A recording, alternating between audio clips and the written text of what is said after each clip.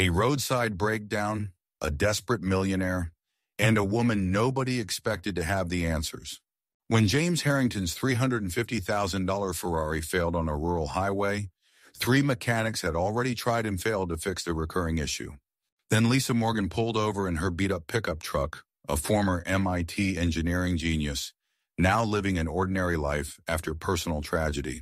In under 60 seconds, she identified and fixed what specialists couldn't solve for weeks. James was stunned, but what happened next would transform both their lives in ways neither could predict. When a brilliant mind hiding in plain sight meets a successful man who's forgotten what truly matters, sometimes the most important repairs aren't under the hood. Before we begin, tell us where you're watching from.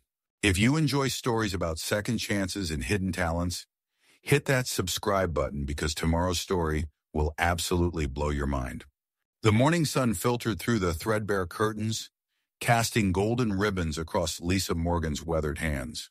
Those hands calloused from years of labor, yet still possessing the precise dexterity of a surgeon moved methodically through the guts of an old clock radio. Most people would have tossed the broken thing in the trash, but Lisa saw possibility where others saw junk. It was 5:17 a.m., and she'd already been awake for an hour. "Almost got you," she whispered to the tiny circuit board, her breath fogging the magnifying lens balanced on her kitchen table. The soldering iron in her right hand made a soft hiss as it melted a perfect bead of silver onto a connection smaller than a grain of rice. She drew back, studied her work with narrowed eyes, then nodded once, satisfied. The kitchen around her told its own story, modest but meticulously organized.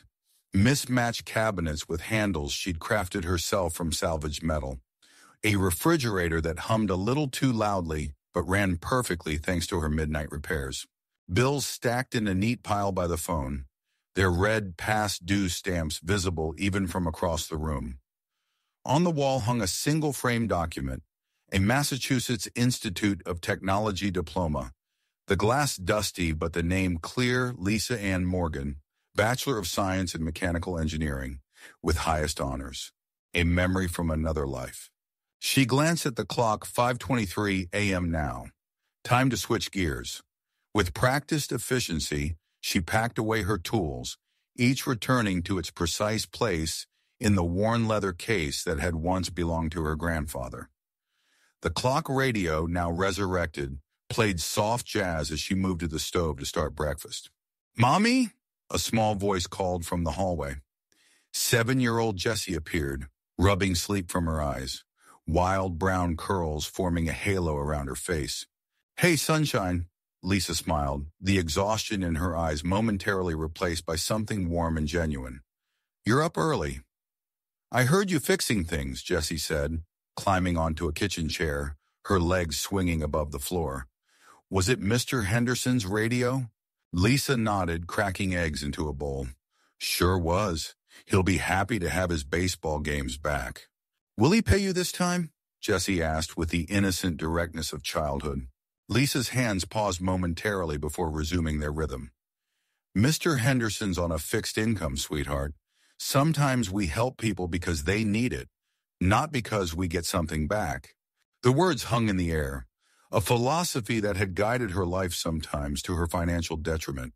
3 jobs barely kept the bills paid. Daytime shifts at Wilson's auto shop, where the owner grudgingly admitted she was the best mechanic he'd ever seen, but still paid her less than the men. Evening maintenance work at the community center, and weekend repairs for neighbors who could rarely afford to compensate her properly for her time. "Can I have chocolate milk?" Jessie asked, already knowing the answer. "Nice try, kiddo. It's a regular milk morning." Lisa tousled her daughter's hair. "Need to save the chocolate for special days." As she prepared breakfast, Lisa's mind drifted to the day ahead. Thursdays meant the early shift at Wilson's, then a quick change before heading to clean the community center. If she was lucky, she'd be home by 9 to help Jessie with homework before collapsing into bed. The physical exhaustion she could handle. It was the mental treadmill that wore her down, the constant calculations of which bill could wait another week, which repair could be postponed. How much gas was left in the tank of her ancient Honda? Mommy, you're doing it again, Jessie said, interrupting her thoughts. Doing what, honey? That thing where you're here, but also not here. Like your body stayed, but your brain went on vacation. Lisa laughed genuinely this time. You're too smart for your age, you know that? That's what Mrs. Peterson says. She says I got your brain. Lisa set a plate of eggs and toast in front of her daughter. Well, Mrs. Peterson is right about that. Now eat up. We need to leave in 30 minutes. As Jessie ate, Lisa disappeared into the bathroom for what passed as her morning routine. A quick shower, hair pulled back into a practical ponytail. The barest hint of makeup to hide the dark circles under her eyes. In the mirror, she caught a glimpse of herself and paused. At 34, the woman staring back at her was a stranger to the bright-eyed girl who once walked MIT's hallowed halls. That girl had dreams of designing revolutionary engine systems, of changing the world through innovation. That girl hadn't planned on becoming a widow at 27. The memory of Michael still had the power to steal her breath. His laugh, his unwavering belief in her abilities, the way he'd spin her around the tiny apartment they shared as graduate students. My brilliant Lisa, he'd called her, even as cancer slowly claimed him. His voice growing weaker, but his faith in her never wavering. You'll change the world someday, he'd whispered in those final days. Promise me you won't give up. She hadn't given up, not exactly. She just redirected. When the medical bills piled up after his death, selling their condo in Cambridge and moving back to her small hometown seemed like the only option. Raising Jessie became her priority. Her own ambitions folded away like winter clothes in summer. Mommy, Emma's mom is here, Jessie called, breaking through her reverie. Lisa checked her watch. 6:15 a.m. Mrs. Chambers was right on time to take Jessie to the before-school program. Lisa grabbed her worn leather jacket and the small toolbox she carried everywhere, a habit from her MIT days that she couldn't shake. Remember, Mrs. Rivera is picking you up after school today, Lisa reminded Jessie, kneeling to zip up her daughter's jacket. I'll be home by 9. I know, Mommy, Jessie said, with the exasperated patience of a child who's heard the same instructions countless times. And I'll do my homework and brush my teeth and go to bed by 8:30. Lisa pressed a kiss to her daughter's forehead. That's my girl. As the door closed behind Jessie, Lisa allowed herself exactly 30 seconds of stillness. 30 seconds to feel the weight of single motherhood, of financial struggle, of dreams deferred. Then, like clockwork, she straightened her shoulders and headed out the door. The morning air carried the sharp bite of early autumn as Lisa climbed into her Honda, the engine protesting before grudgingly turning over. Most mechanics drove flashy cars, showcasing their skills through chromed engines and custom paint jobs. Lisa's vehicle was the opposite, unassuming on the outside, but containing a completely rebuilt engine that purred with an efficiency that would make German engineers weep. The 20-minute drive to Wilson's auto shop gave her time to mentally transition, to push aside the exhaustion and worry, replacing them with the quiet confidence that emerged whenever she faced a mechanical problem. This was her superpower, the ability to see through metal and plastic to the heart of any machine, understanding its rhythms and quirks like others might read emotions on a human face. Wilson's came into view, a sprawling garage on the outskirts of town. 3 service bays, all already filled with vehicles waiting for her attention, though officially the shop wouldn't open for another hour. Lisa parked in her usual spot and took a moment to steel herself for what awaited inside. You're late, Morgan, came the gruff voice of Earl Wilson the moment she stepped through the side door. The 60-year-old owner of Wilson's auto shop had been saying the same thing every morning for 7 years, regardless of whether she arrived early or on time. Clock says I'm 5 minutes early, Earl, she replied without breaking stride, hanging her jacket on the peg with her name, the only female name among the staff. Got a busy one today. Reynolds Mercedes needs a transmission flush, the Parker's minivan has a coolant leak, and some hotshot in a Ferrari just called saying his engine's making a weird noise. Probably just needs an oil change, but you know these rich types think their fancy cars need special treatment. Lisa nodded, already tying back her hair and reaching for her coveralls. I'll start with the minivan. The Parkers need it for their daughter's doctor appointment at noon. Earl grunted, which Lisa had long ago learned to interpret as approval. For all his gruffness, Earl respected her work, even if he'd never say it aloud. He'd been the only shop owner willing to hire her when she first arrived in town, a single mother with an impressive degree but no local reputation. "The guys giving you any trouble?" Earl asked, his voice lowering slightly as he glanced toward the break room, where the other mechanics would soon be arriving. Lisa shook her head. "Nothing I can't handle." The truth was more complicated. Some of the men respected her skills, others tolerated her, and a few made their resentment clear through small daily aggressions, tools that mysteriously went missing, difficult jobs mysteriously assigned to her, customers who insisted on speaking to one of the real mechanics. Earl studied her for a moment, his weathered face unreadable. "You know, I got a call from Precision Motors over in Westfield. They're looking for someone with your kind of expertise." "Precision Motors? The custom shop?" Lisa couldn't keep the surprise from her voice. "Yep. Owner's an old buddy of mine. Told him about that Jaguar engine rebuild you did last month. He was impressed." Lisa's hands stilled on her coverall buttons. Precision Motors was the premier custom shop in 3 counties, catering to collectors and enthusiasts with deep pockets.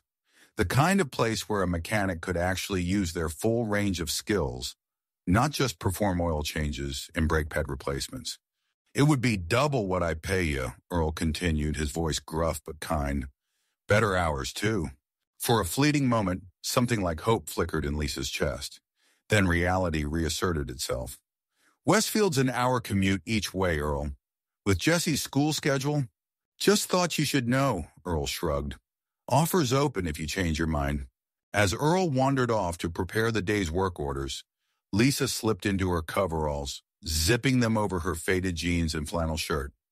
The familiar sense of motor oil, metal, and rubber surrounded her, smells that had always brought her comfort, even as a child watching her father work on the family car. Her father had recognized her talent early, placing tools in her small hands before she could even name them. "You've got the touch, Lissy," he'd say, watching her small fingers deftly manipulate engine components. "You can feel what's wrong, not just see it." He'd been so proud when MIT offered her a full scholarship, had worn his MIT Dad t-shirt until the letters faded. He hadn't lived to see her graduate, heart attack taking him during her sophomore year. Another loss in a life that sometimes felt defined by them. Lisa shook off the memories and focused on the work ahead. The Parker family's minivan was an easy fix a cracked hose leaking coolant, replaced in under 40 minutes. The Mercedes took longer, its German engineering both a challenge and a pleasure to work with. By mid-morning, Lisa was deep in the guts of a Subaru with a mysterious knocking sound that had baffled 2 other mechanics. This was where she felt most herself, hands covered in grease, mind completely focused on the puzzle before her. The rest of the world fell away. Financial worries, exhaustion, even the constant calculations of how to stretch her paycheck, all temporarily silenced by the pure problem-solving joy of diagnosis and repair. "It's not the timing belt," she murmured to herself, her fingers tracing the engine components. "Not the pistons either." Then she felt it, a subtle vibration that shouldn't be there. Grabbing a small flashlight, she illuminated a section of the engine block, her eyes narrowing as she spotted what the others had missed. A hairline crack in the mounting bracket, allowing the engine to shift ever so slightly during acceleration. "Got you," she whispered with quiet satisfaction. This was her gift, not just technical knowledge, but an almost supernatural ability to commune with machines, to understand their language of vibrations, sounds, and rhythms. At MIT, her professors had called it intuitive engineering. Her classmates had been both impressed and intimidated by how quickly she could diagnose problems that left others scratching their heads. Sometimes in quiet moments like this, Lisa allowed herself to wonder what might have been. If Michael hadn't gotten sick, if they'd been able to afford better treatment, if she hadn't had to abandon her career to pay bills and raise Jesse alone. The alternate timeline where Dr. Lisa Morgan was revolutionizing engine efficiency at some prestigious research lab, her designs changing the automotive industry. But those thoughts were luxuries she couldn't afford for long. Reality always called her back in this case, in the form of Earl's voice cutting through her concentration. "Morgan, that Ferrari guy is here. Says he can't wait. Can you take a look?" Lisa sighed, wiping her hands on a shop rag. "Give me 5 minutes to finish documenting this repair." As she made her final notes on the Subaru's work order, Lisa had no way of knowing that the Ferrari waiting in Bay 3 would change everything. That sometimes fate arrives in the form of a broken machine, and the hands meant to fix it end up repairing more than just metal and wires. Sometimes they end up fixing lives. The morning sun reflected off the glass walls of Harrington Tower as James Harrington strode through the lobby. Employees nodded deferentially, their eyes quickly dropping away from his gaze. At 42, James had perfected the art of commanding a room without saying a word, a skill forged through years of high-stakes negotiations and board meetings where weakness meant failure. "Good morning, Mr. Harrington," his assistant said, matching his brisk pace as he approached the private elevator. "The Beijing investors called. They're willing to increase their offer by 12%. James nodded slightly, scanning the daily report on his tablet. "Tell them 15 or we walk. Their manufacturing facilities need our technology more than we need their capital." His voice was measured, decisive, each syllable carrying the quiet authority that had made Harrington Innovations a tech powerhouse in just under a decade. The elevator doors slid open, revealing a cabin paneled in brushed steel and mahogany. As they closed, James felt the familiar sensation of isolation wash over him. It was a feeling he'd grown not just accustomed to, but dependent on the solitary realm where decisions affecting thousands of lives were his alone to make. "You have the board meeting at 10, lunch with Senator Wendell at 1, and the charity gala committee at 3, his assistant continued. "Cancel the gala committee," James replied, scrolling through market projections. "Send Melissa from PR. Tell them I'm unavailable." "Sir, you're the honorary chairman."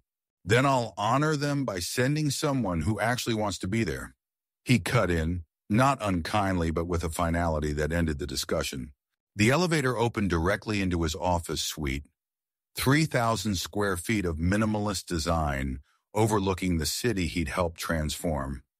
Floor-to-ceiling windows revealed a metropolis of gleaming towers and busy streets, all seeming small and distant from this height. "Anything else?" he asked, setting his tablet on the desk. "Your mother called, again." James's jaw tightened imperceptibly. "Tell her I'll call back." "You've said that the last 4 times, sir." He glanced up, meeting his assistant's eyes for the first time that morning. Patricia had been with him for 8 years, long enough to earn the right to occasional candor. "I'll call her this evening," he conceded. "Anything else?" The Ferrari dealer called. "They've completed the service on the 488 Spider." At this, James's expression shifted subtly. The tightness around his eyes softened, and something almost resembling enthusiasm flickered across his face. "Schedule a pickup for this afternoon. I'll get it myself." Patricia nodded, making the note. "May I ask why you insist on handling the car yourself when you have a driver for everything else?" James walked to the window, looking out over the city. "Some things you don't delegate, Patricia." His reflection in the glass showed a man in his prime 6 feet tall, athletic build maintained by rigorous daily workouts. Salt and pepper hair precisely cut to project authority without vanity. The bespoke suit sat perfectly on his frame, as if even the fabric recognized his status. What the reflection couldn't show was the weight he carried, not just of a global corporation, but of expectations. The Harrington name had meant something for 4 generations, each son building upon his father's legacy. James had borne that burden since the day his father's heart gave out during a shareholders' meeting, leaving a 27-year-old heir to salvage a company on the brink of technological obsolescence. "Will that be all, Masham?" Patricia asked. Yes, James replied, still facing the window. Hold my calls until the board meeting. When the door closed behind her, James released a breath he hadn't realized he was holding. The expansive office suddenly felt smaller, more confining. He loosened his tie, a small act of rebellion against the perfect image he maintained. On his desk sat 3 phones, one for business, one personal, and one a simple flip phone that connected to exactly one number. He glanced at this third phone, considering, then turned away.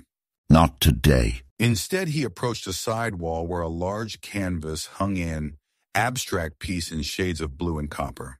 Pressing his palm against a nearly invisible sensor, he watched as the painting slid aside to reveal a workroom that few knew existed. Inside, the sterile corporate aesthetic gave way to organized chaos. Workbenches covered with tools, half-assembled electronics, and mechanical components spread across surfaces in patterns that would appear random to anyone but him. This was James's sanctuary, a place where billionaire CEO became simply a man with oil-stained hands and problems that could be solved with logic and precision.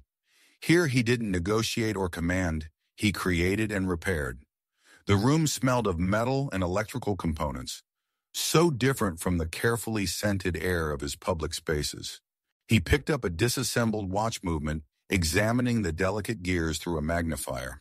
His father had taught him horology when he was 8, the beginning of a lifelong fascination with mechanical systems. Everything breaks down eventually, James, his father had said, placing a tiny screwdriver in his small hands. The measure of a man is whether he can fix what's broken. The memory brought a familiar ache. His father had been brilliant at fixing watches, but hopeless at fixing relationships. The elder Harrington had built an empire but remained a stranger to his only son, a pattern James had inadvertently continued in his own life. A soft chime indicated the approaching board meeting. Reluctantly, he set down the watch components and sealed the workroom behind the painting once more. James Harrington, the mechanic, disappeared, replaced by James Harrington, the CEO, expressions carefully neutral, posture impeccable, every thread in place. That afternoon, James dismissed his driver and took a private elevator to the underground garage. His footsteps echoed against concrete as he walked past a row of vehicles, a Bentley for business meetings, a discreet Audi for personal errands, toward his most recent acquisition. The Ferrari 488 Spider gleamed under the garage lights, its Rosso Corsa paint so vibrant it seemed alive. James ran his hand along the curved fender, feeling the connection that had drawn him to mechanical objects since childhood. Unlike people, cars were honest. They responded precisely to how they were treated, betrayed their problems through sound and vibration, and could be understood completely if you simply paid attention. The engine roared to life with a sound that resonated in his chest. For the first time that day, James smiled, a genuine expression that transformed his face from handsome to almost boyish. The garage door opened, and he guided the Ferrari up the ramp into afternoon sunlight. On the road, the Spider responded to his touch like an extension of his body. This wasn't transportation, it was communion. Away from boardrooms and balance sheets, with only the engine's song and the tactile feedback of road through steering wheel, James felt the tension in his shoulders begin to unwind. He took the coastal highway, pushing the Ferrari through curves that demanded focus and precision. His phone rang through the car's system, his personal line, but he declined the call without checking the ID. Whoever it was could wait. This was his time. 20 miles outside the city, the engine's note changed, almost imperceptibly to most ears, but James caught it immediately. A slight hesitation in the acceleration, a barely detectable misfire. He frowned. The dealer had assured him the car was flawless. Yet there it was again, a subtle stutter as he accelerated out of a turn. "Damn it," he muttered, easing off the throttle.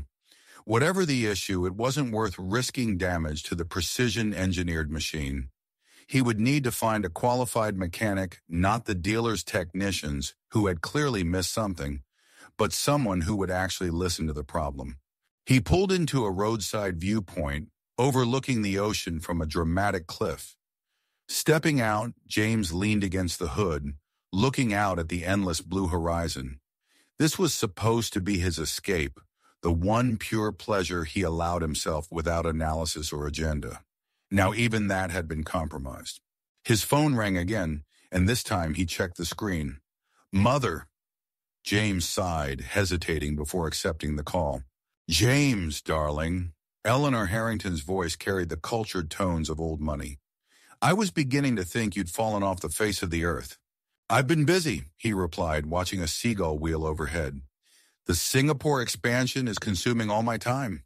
"Too busy for your mother? For the foundation gala tomorrow night?" There was a practiced guilt in her tone, refined over decades to maximum effect. "I'm sending Melissa from PR. She'll represent Harrington Innovations better than I would." "This isn't about the company, James. It's about family. The Harrington name means something in this community." The familiar refrain made his jaw tighten. "I'm aware of what our name means, Mother. I'm the one who saved it when Dad left us overextended in dying markets." A weighted silence fell between them, the conversational minefield of a relationship built more on obligation than affection. "Your father would have wanted—" "Dad's been gone 15 years, James interrupted, a rare edge creeping into his voice. "And neither of us can claim to know what he would have wanted. He made sure of that." More silence, then a tactical retreat. "Will you at least consider attending? Catherine Lowell will be there. She's been asking about you." James suppressed a sigh. His mother's matchmaking attempts were as subtle as a corporate takeover. "I'll think about it. That's all I ask, darling." Her tone brightened artificially. "How's that little sports car of yours? The red one?" "Ferrari," he corrected automatically. "It's—" He glanced at the beautiful machine, hearing the subtle problem that no one else seemed to notice. "It needs work." "Well, don't let those fancy dealers overcharge you. Your father always said mechanics see a Harrington coming and add zeros to the bill." After ending the call, James stood motionless, watching the waves crash against the cliffs below. His father had indeed been suspicious of mechanics of anyone, really, who worked with their hands rather than shuffling papers and making deals. The irony wasn't lost on James that he'd found more solace in his hidden workroom than in the executive suite that had been his father's pride.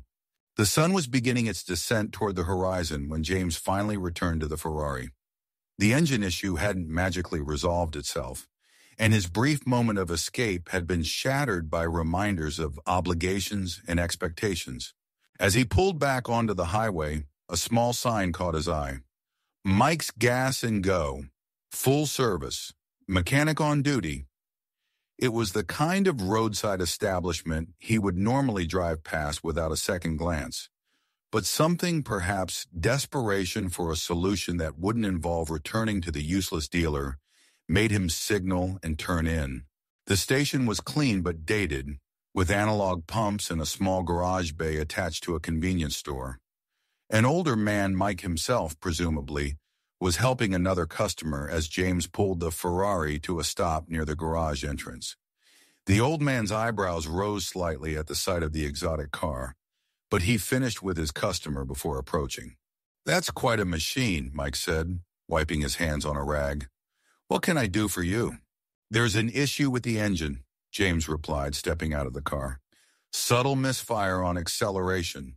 The dealer claims they fixed it, but it's still there." Mike nodded thoughtfully. "Mind if I listen?" James raised an eyebrow but started the engine. Mike leaned closer, his weathered face concentrated as the Ferrari idled. "Give it some revs," he called over the engine noise. James complied, watching as Mike listened with closed eyes. After a moment, the old man straightened. "You're right about the misfire," he said, "but I'm afraid I'm not your guy for this one. Italian exotics need specialized tools I don't have." He glanced at his watch. "But you're in luck. My best mechanic should be here any minute, and she's got a gift with engine diagnostics no matter how fancy the car." "She?" James couldn't hide his surprise. Mike's expression hardened slightly. "Best damn mechanic in 3 counties. If Lisa can't figure out what's wrong with your car, nobody can." James nodded, concealing his skepticism. He learned to be diplomatic even when doubtful. I'm happy to wait then. She'll be coming up the road any minute, Mike said, glancing toward the highway. You can wait inside if you want. Coffee's free for customers. I'm fine here, thanks. James leaned against the Ferrari, checking his watch. The board would be expecting his decision on the Beijing offer by tomorrow. His mother was waiting for an RSVP to the gala. Somewhere in his building, teams of people were working through problems that would eventually require his input. Yet somehow, standing in this humble gas station in the late afternoon sun, those concerns felt distant. For the moment, his biggest problem was the subtle hesitation in his Ferrari's engine, a problem with a definite solution, unlike the complex human equations that filled the rest of his life. A battered Honda pulled into the station, and James watched as a woman in worn jeans and a flannel shirt stepped out. Her movements were efficient, purposeful, her expression serious until Mike called out a greeting that transformed her face with a quick smile. James straightened, suddenly interested. There was something in her bearing, a quiet confidence that had nothing to do with status or power, that caught his attention. As she approached, he noticed the faded MIT logo on her canvas tool bag. You must be Lisa, he said, extending his hand. I understand you might be able to help with my car. Their eyes met, and in that brief moment, James Harrington, a man who prided himself on predicting outcomes and controlling situations, had no idea that this encounter was about to change everything. The morning sun cast long shadows across the coastal highway as James Harrington guided his Ferrari 488 Spider through a particularly challenging curve. The engine's purr was like music, precise, powerful, and perfectly tuned. At least it had been until 10 miles back when that first subtle hesitation appeared. There it is again. His hands tightened slightly on the steering wheel as he felt it. A barely perceptible stutter in the acceleration.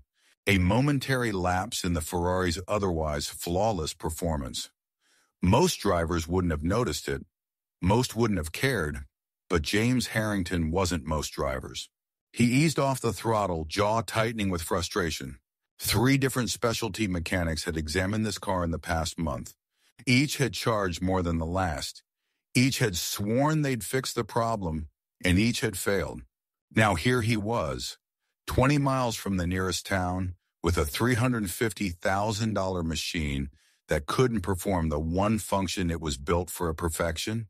A quick glance at his phone confirmed what he already suspected. No service, of course. Perfect, he muttered, guiding the Ferrari onto the shoulder of the road. Steam didn't billow from under the hood. No warning lights flashed on the dash. To any observer, the car appeared to be in perfect condition, a gleaming testament to Italian engineering sitting on the lonely roadside. Only James could feel the betrayal of its subtle malfunction. He stepped out, loosening his Italian silk tie as the coastal heat immediately enveloped him. Sweat beaded on his forehead as he stared helplessly at his phone, turning it in different directions as if the right angle might magically summon service bars. The distant rumble of an approaching vehicle caught his attention. James straightened, instinctively adjusting his tie. Even stranded on a deserted highway, CEO James Harrington maintained appearances. It was a compact pickup truck, ancient and weathered, slowing as it approached. A woman stepped out mid-40s perhaps, her gray-streaked brown hair pulled back in a practical ponytail. She wore worn jeans, work boots, and a faded flannel shirt with the sleeves rolled up. Her hands bore the calluses of someone who worked with them for a living. "Engine trouble?" she called out, approaching without hesitation. James nodded, a mixture of relief and skepticism washing over him. "Yes, but it's complicated. I've had multiple mechanics look at it already." Lisa Morgan didn't respond immediately. Her eyes, observant, intelligent, and somehow both tired and alert, scanned the vehicle with practiced precision. James noticed the faded MIT logo on her canvas tool bag and raised an eyebrow. "Pop the hood," she said, not a question but a gentle instruction. "I don't think," James began. "The hood," she repeated with a small smile. "Let's have a look." Something in her quiet confidence made James comply. He reached inside the car and pulled the lever, the hood rising with a smooth hydraulic hiss. Lisa leaned in, her movements measured and deliberate. "When did it start acting up?" she asked, her hands already moving expertly through the engine compartment. "About a mile back. It's been happening intermittently for weeks. 3 different specialty mechanics have." She cut him off with a raised finger, her head tilted slightly as she listened to something only she could hear. "Try starting it," she instructed. James slid into the driver's seat, turned the key, and was met with the same sputtering whine that had stranded him. Lisa nodded, as if confirming something. "Again," she said, this time with her head deep in the engine compartment. After the 3rd attempt, she straightened up, reached for a small multi-tool from her pocket, and made a quick adjustment to something James couldn't see. Her hands moved with surgical precision, adjusting, tightening, then disconnecting and reconnecting something near the fuel line. "Try it now," she said, wiping her hands on a bandana from her back pocket. James turned the key again, fully expecting the same disappointing result. Instead, the Ferrari's engine roared to life, purring with perfect harmony like it had never missed a beat. His eyebrows shot up in disbelief. "What did you do?" he asked, amazement evident in his voice. Lisa closed the hood with a gentle push. Fuel pressure regulator was fluctuating because of a loose connection and a hairline crack in the auxiliary line. "Your fancy mechanics probably kept adjusting the computer systems without checking the basics." James stepped out of the car, staring at this ordinary-looking woman with extraordinary skills. "That's impossible. You fixed it in less than a minute." Lisa shrugged. "Some things just need the right eyes on them." She turned to walk back to her truck, but James followed, reaching for his wallet. "I need to pay you. Please, name your price." Lisa hesitated, then shook her head. "No charge, just helping out." "I insist," James pressed. "At least let me—" "I said no charge," she repeated more firmly. "Have a good day, sir." James stood frozen in disbelief as she climbed into her truck. Something about her demeanor, the casual confidence with which she'd solved what had frustrated high-paid specialists for weeks, struck him deeply. As her truck's engine turned over, he suddenly called out, "Wait, at least tell me your name."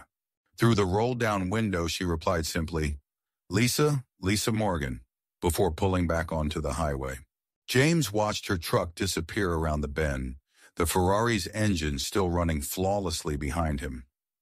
For the first time in months, perhaps years, James Harrington, CEO, billionaire, problem solver, felt something unfamiliar stirring inside him. Genuine curiosity about another human being. 3 days later, Lisa was elbow-deep in a transmission repair at Wilson's Auto Shop when Gary, her boss, appeared at her workstation with an unusual expression on his face. "Lisa, there's someone here to see you," he said, his voice tinged with confusion. "Says he's James Harrington." She glanced up, hands covered in grease. "Don't know any James Harrington." Gary's eyebrows rose. "Well, he's standing in the office in a suit that probably cost more than my house, and he's asking for you specifically."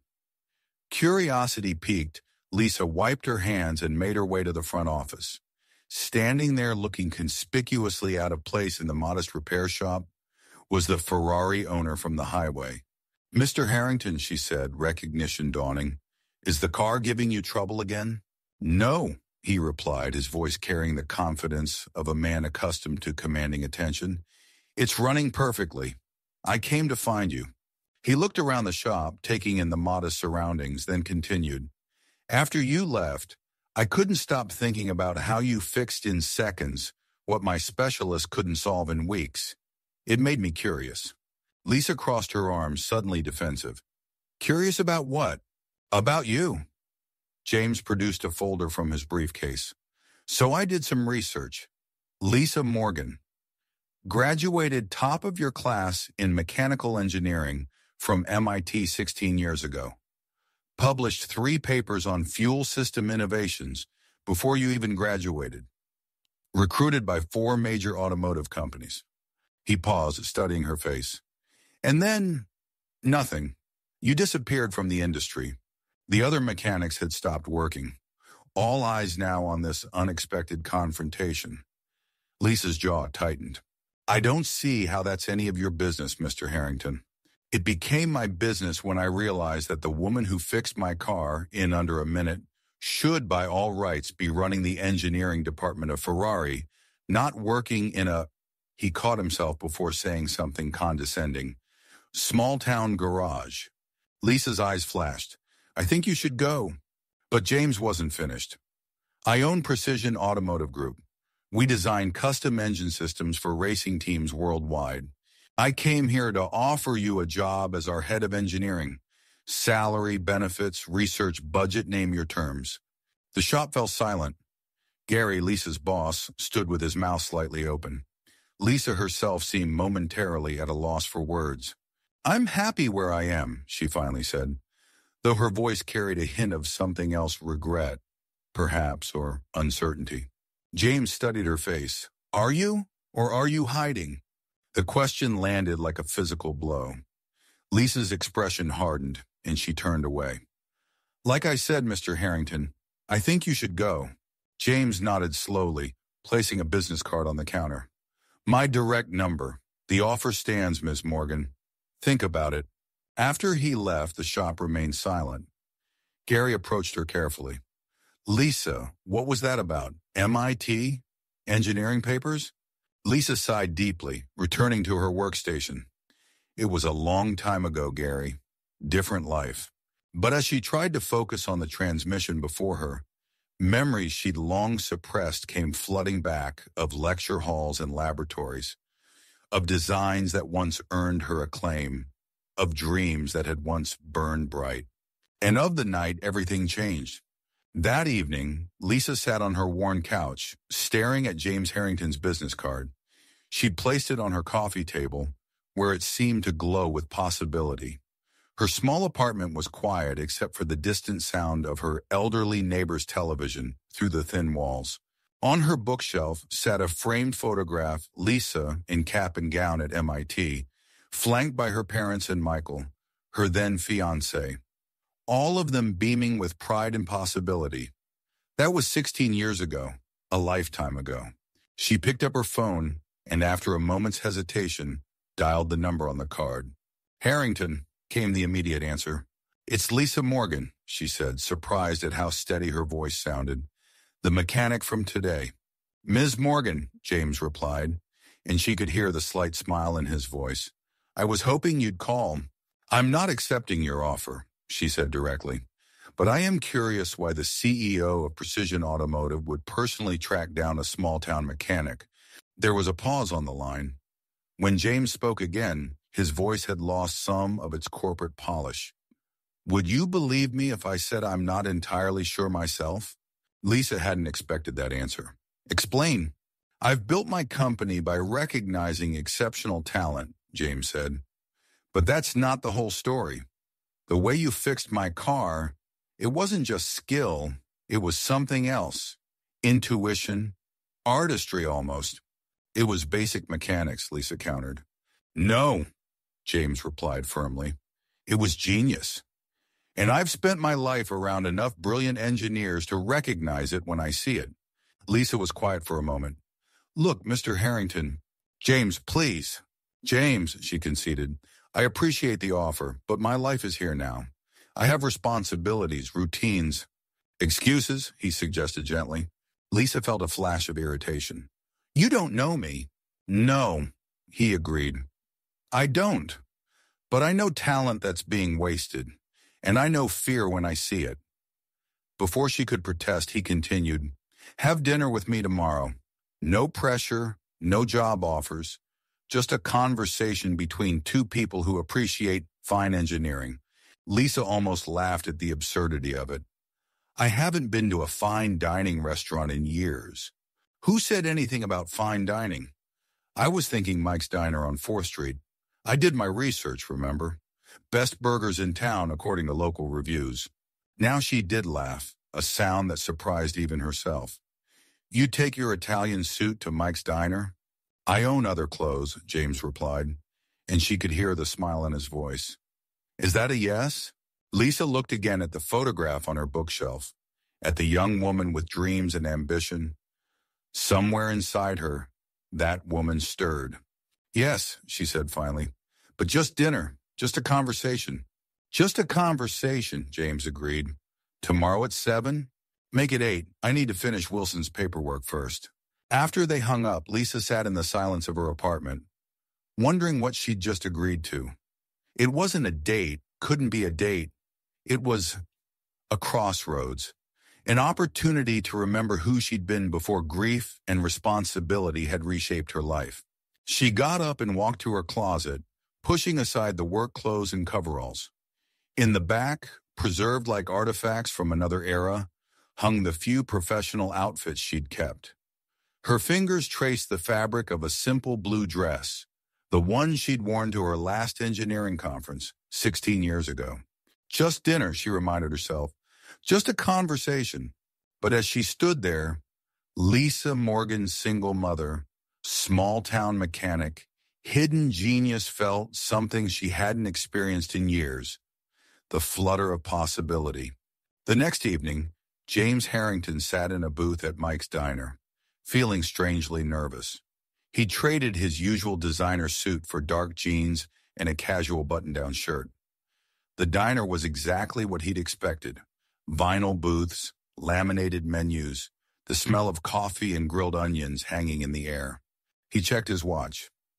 7:58 p.m. Part of him wondered if she would actually show up. Another part wondered why he cared so much. The bell above the door jingled, and Lisa walked in. She wore a simple blue dress that brought out the depth of her eyes, her hair down around her shoulders instead of in its usual practical ponytail. She spotted him immediately and approached, sliding into the booth across from him. "You actually came," she said, studying his casual attire with surprise. "So did you," James replied with a smile. "And you dressed up." Lisa shrugged. "Figured if the CEO of Precision Automotive could slum it at Mike's, the least I could do was dig out a dress." A waitress approached with menus, but James waved them away. "2 house specials, please, with everything." Lisa raised an eyebrow after the waitress left. "Presumptuous ordering for me."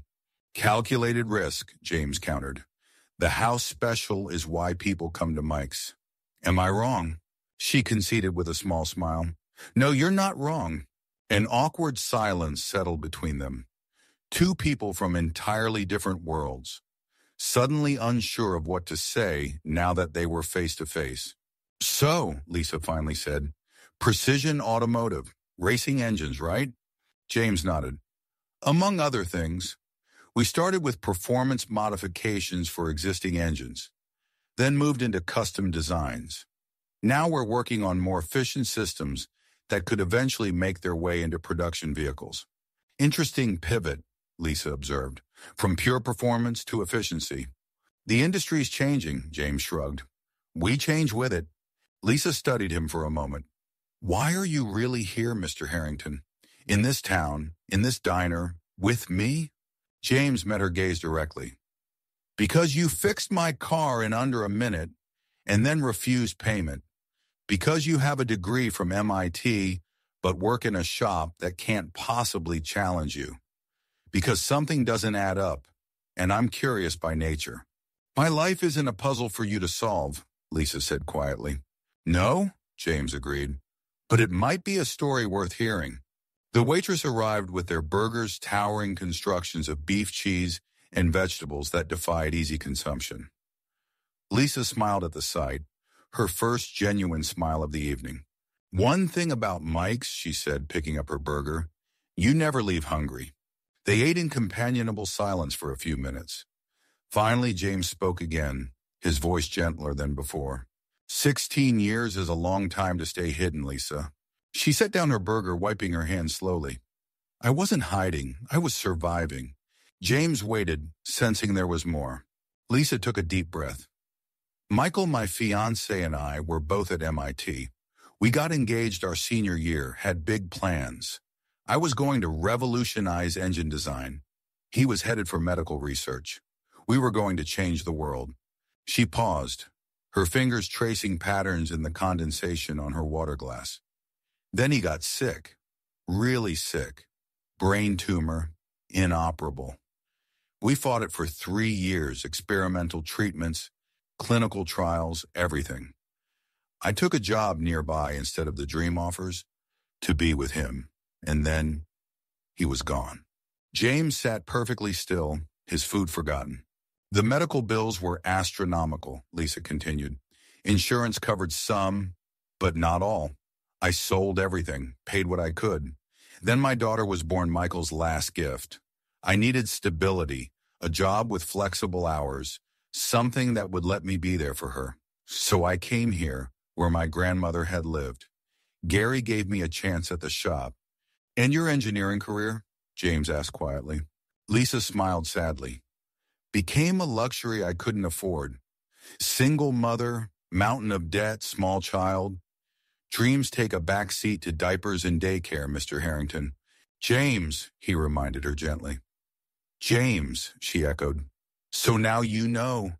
Mystery solved. Nothing dramatic. Just life happening the way it sometimes does." James studied her face. The quiet dignity, the resilience, the carefully masked pain. Everything about his own privileged existence suddenly felt hollow by comparison. "Thank you," he said simply, "for telling me." Lisa shrugged. "Now it's your turn. Why does the CEO of a successful company care about one mechanic's abandoned career?" James hesitated. He could give the corporate answer: talent acquisition, strategic hiring. Instead, he found himself saying something true. "My father was a mechanic," he said quietly. "Not a great one, but he loved it. Wanted me to follow in his footsteps. But I was more interested in the business side. We disagreed about my choices. He thought I was wasting my talent for working with my hands." Lisa listened intently as James continued. "He died before I could show him that I'd built a company that combined both the business acumen he didn't respect and the mechanical appreciation he thought I lacked." James smiled ruefully. "When I saw you fix my car, I saw someone with both brilliant technical skills and practical application. You're the bridge I never managed to build with him. The honesty hung between them, unexpected and raw." "That's not what I expected," Lisa admitted. "Disappointed? Were you hoping I was just another rich guy with a savior complex?" James asked with a half smile. "Maybe a little," Lisa laughed. "It would have made it easier to dismiss you." Their eyes met across the table, and something shifted in the space between them, a recognition of something familiar in each other, despite their different paths. "I can't take your job offer," Lisa said finally. "My daughter's life is here. Her school, her friends. I can't uproot her." James nodded slowly. "I understand. But," Lisa continued, surprising herself, "I might be interested in consulting work. Remote projects. Things I could do from here." James's eyes lit up. "We do have some efficiency challenges that could use a fresh perspective." "No promises," Lisa cautioned. "I'd have to see if it fits with my schedule at Wilson's." "Of course," James agreed quickly. "We could start small, a few hours a week, see how it goes." As they finished their meal, the conversation shifted to lighter topics. Favorite cars, engineering disasters, the peculiarities of small-town life versus city living. By the time the check came, the initial awkwardness had dissolved into something that felt remarkably like friendship. Outside the diner, they paused under the flickering neon sign. The night air was cool, carrying the salt tang of the nearby coast. "Thank you for dinner," Lisa said sincerely. "It was unexpected." "In a good way, I hope," James replied. "Yes," she admitted, "in a good way." He hesitated, then offered his hand. "So, consulting work. Should I have my team draw up a proposal?" Lisa took his hand, feeling the unexpected calluses on his palm, evidence that James Harrington wasn't entirely divorced from hands-on work after all. "Yes," she said finally. "Send me the details, I'll consider it." As they parted ways, Lisa to her practical Honda, James to a rental car far more modest than his Ferrari. Both felt the strange sensation that despite all logic and probability, Their paths had been meant to cross on that coastal highway. Neither knew exactly where this unexpected connection would lead, but for the first time in years, Lisa Morgan felt a dormant part of herself awakening. And James Harrington, surrounded by success but isolated by it, felt something equally unfamiliar. The possibility of a connection based not on what he owned or what he'd built, but on who he truly was. The encounter that had begun with a broken Ferrari and a minute's repair had somehow fixed something deeper in both of them, something they hadn't even realized was broken. James Harrington couldn't stop thinking about her. 3 days had passed since the encounter on that dusty rural road, since he'd watched Lisa Morgan diagnose and fix his Ferrari's persistent engine issue in less than a minute. The same issue that had baffled 3 highly paid specialists at the dealership. He sat in his corner office, staring out at the city skyline without really seeing it. His morning schedule lay abandoned on his desk. Board meetings, quarterly projections, acquisition plans, all the trappings of power that usually commanded his full attention. Yet his mind kept drifting back to those grease-stained hands working with surgical precision, to that quiet confidence in her voice when she'd explained the problem. Fuel pressure regulator, he murmured to himself, remembering her explanation. Such a simple solution to a problem that had frustrated him for weeks. A knock at his door interrupted his thoughts. Patricia entered with her usual efficiency, placing a folder on his desk. "The background report you requested, sir." James nodded, not meeting her eyes. He'd asked his head of security to compile everything they could find on Lisa Morgan from Millfield. It felt invasive, like an overreach, but he needed to understand. "Will there be anything else?" Patricia asked, her expression carefully neutral. "No, that's all," James replied, already reaching for the folder. After Patricia left, he hesitated, his hand hovering over the folder. Was this crossing a line? Perhaps. But he couldn't shake the feeling that their encounter had significance beyond a random roadside repair. He opened the folder and began reading. Lisa Ann Morgan, age 34. Born in Cambridge, Massachusetts, Bachelor of Science in Mechanical Engineering. From the Massachusetts Institute of Technology. Graduated summa cum laude. The file contained newspaper clippings highlighting her academic achievements, her groundbreaking undergraduate thesis on fuel system innovations. There were offers from major automotive companies, Tesla, Ford, General Motors, all courting the brilliant young engineer. And then, nothing. A gap in her professional record, as if she'd simply disappeared.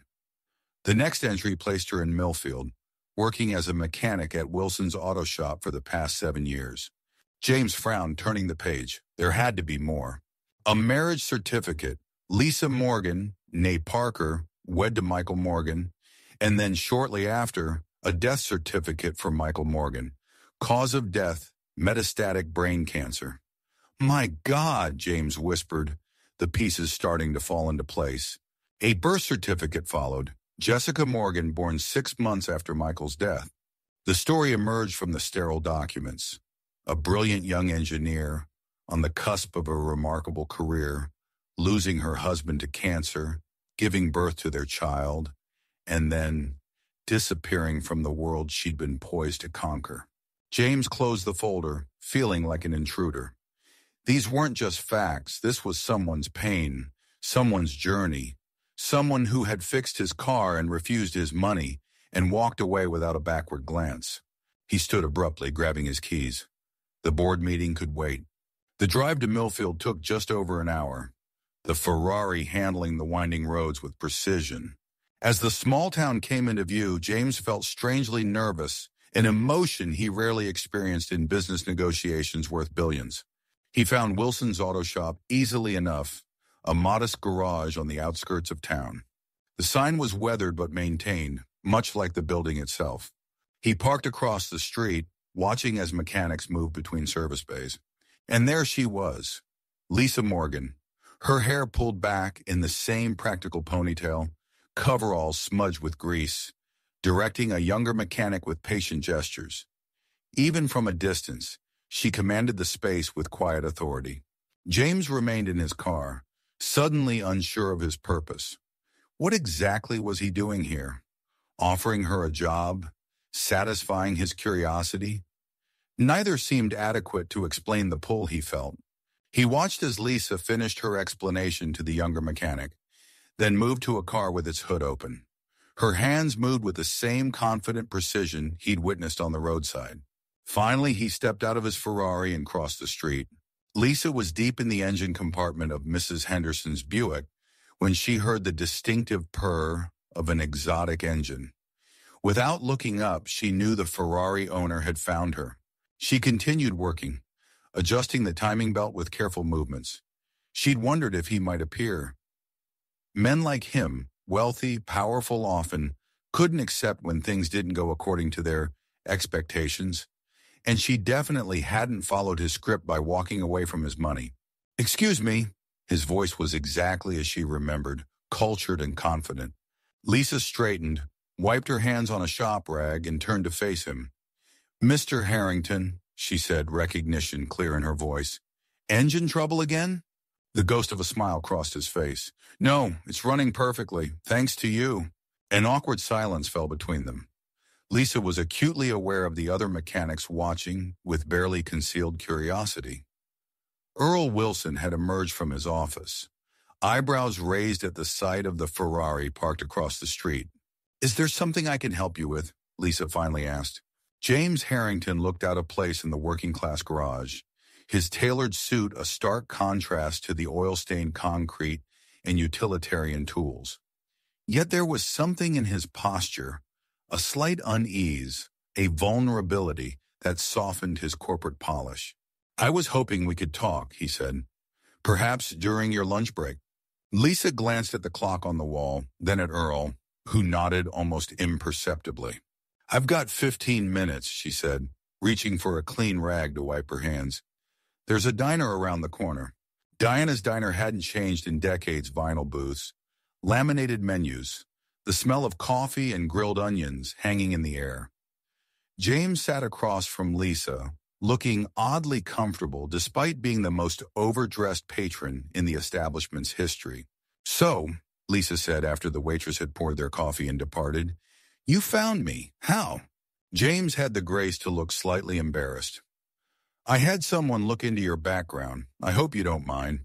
"Most people would mind having their privacy invaded," Lisa replied evenly. "You're right. I apologize." To his credit, he seemed genuinely contrite. "It's just what you did with my car. I've had 3 specialists look at it, all claiming to have fixed the problem. And I fixed it in under a minute," Lisa finished for him, a hint of pride in her voice. Sometimes the specialists overthink things. They were looking for complex solutions when the problem was relatively simple. James nodded slowly. "That's what fascinated me. Not just the repair itself, but your approach.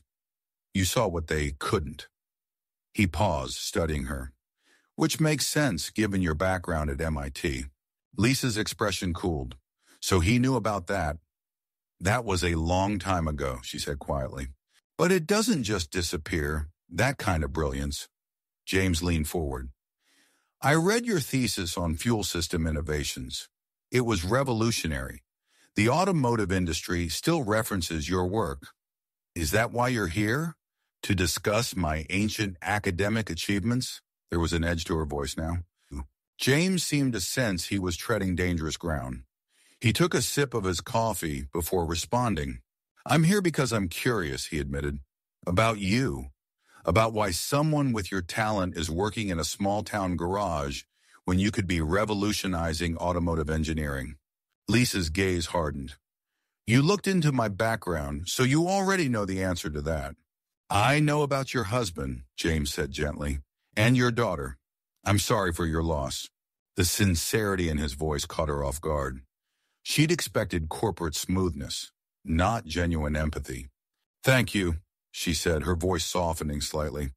"But that doesn't explain why you tracked me down."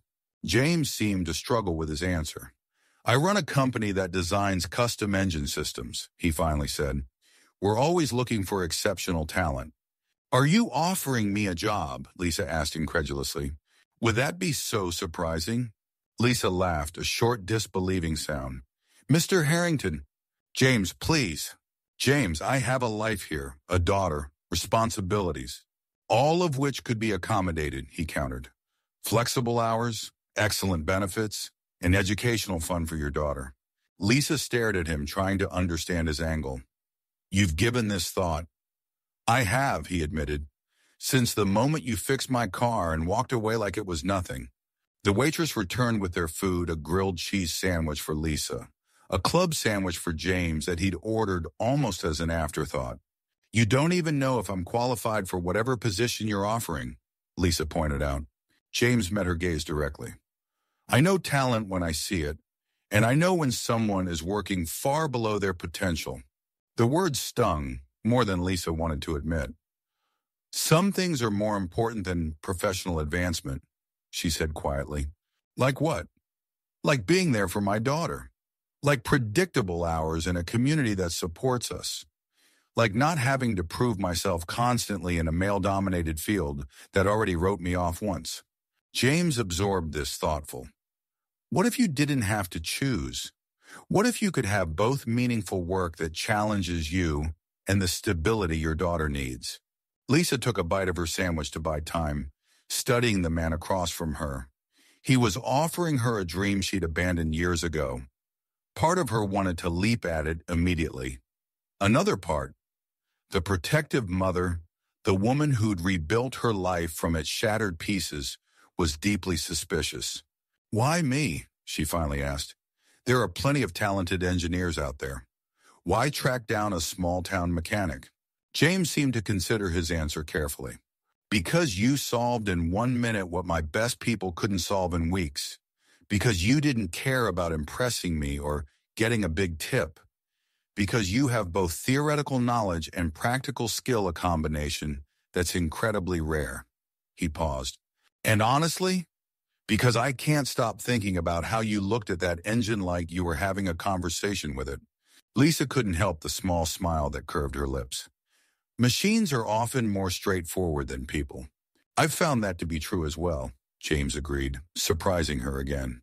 They fell silent, the ambient noise of the diner filling the space between them. Lisa found herself studying him in turn, the confident set of his shoulders, the tiny lines around his eyes that suggested he didn't smile enough, the way his hands betrayed a subtle restlessness. This was a man used to solving problems, to bending the world to his will. Yet there was something almost wistful in his expression. I can't just uproot my life on a whim, Lisa finally said. Jessie's settled in school here. I have commitments. I understand, James interrupted. I'm not asking for an immediate decision. Just think about it. He reached into his jacket and pulled out a business card, sliding it across the table. My direct line.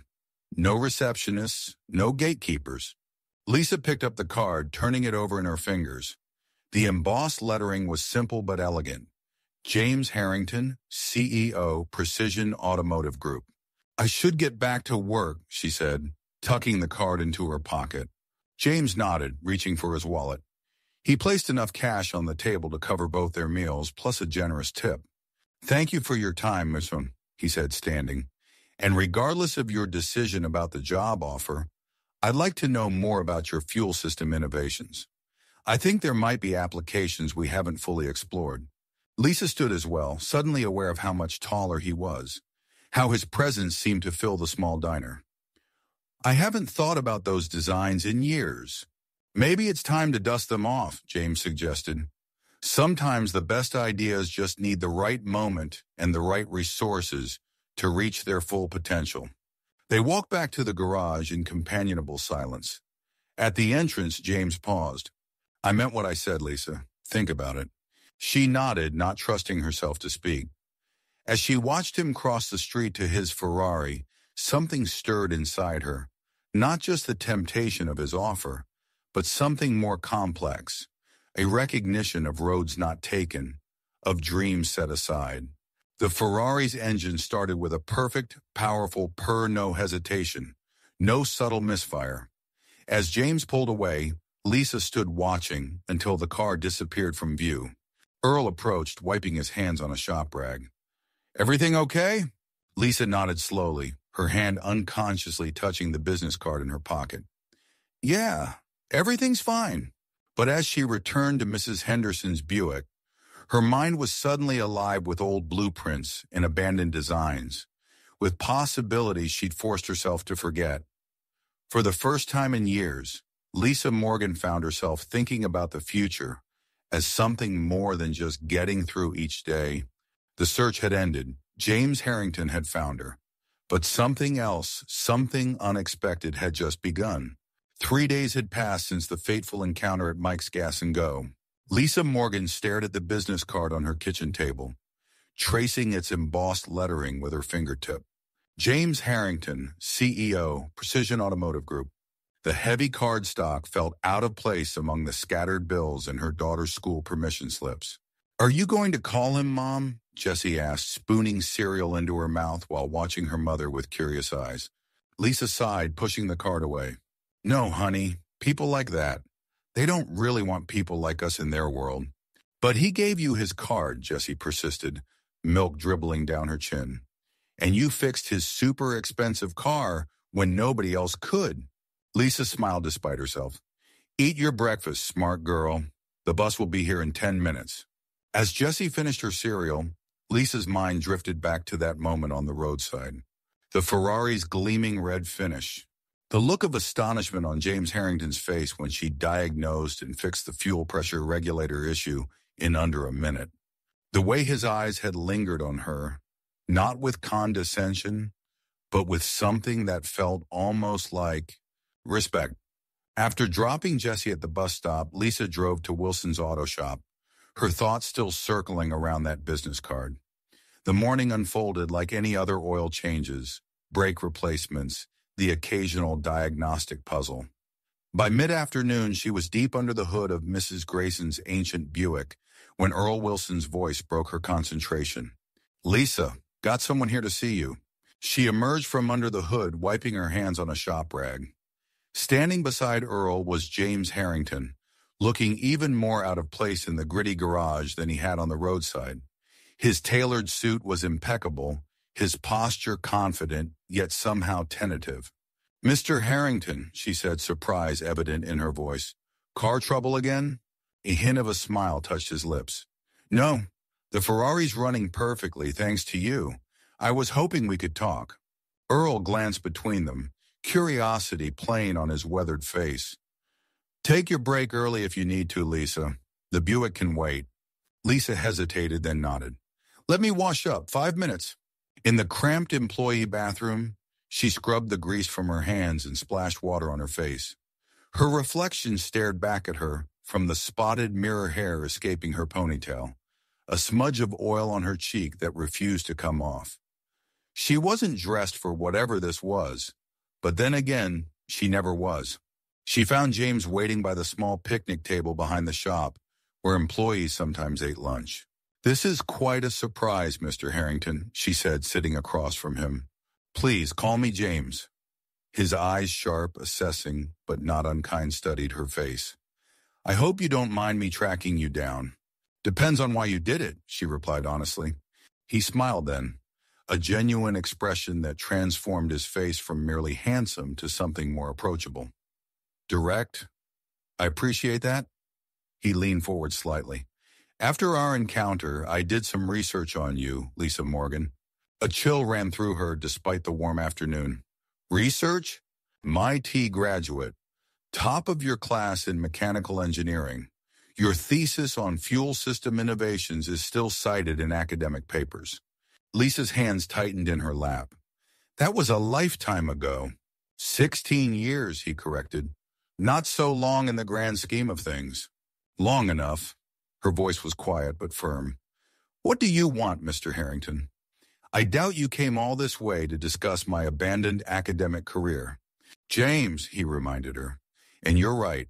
I came because Precision Automotive Group needs someone with your talents. Lisa laughed, a short disbelieving sound. You're offering me a job based on one roadside repair? Based on that repair, your academic background, and a feeling I have. I trust my instincts, Lisa. They're telling me you're exceptional.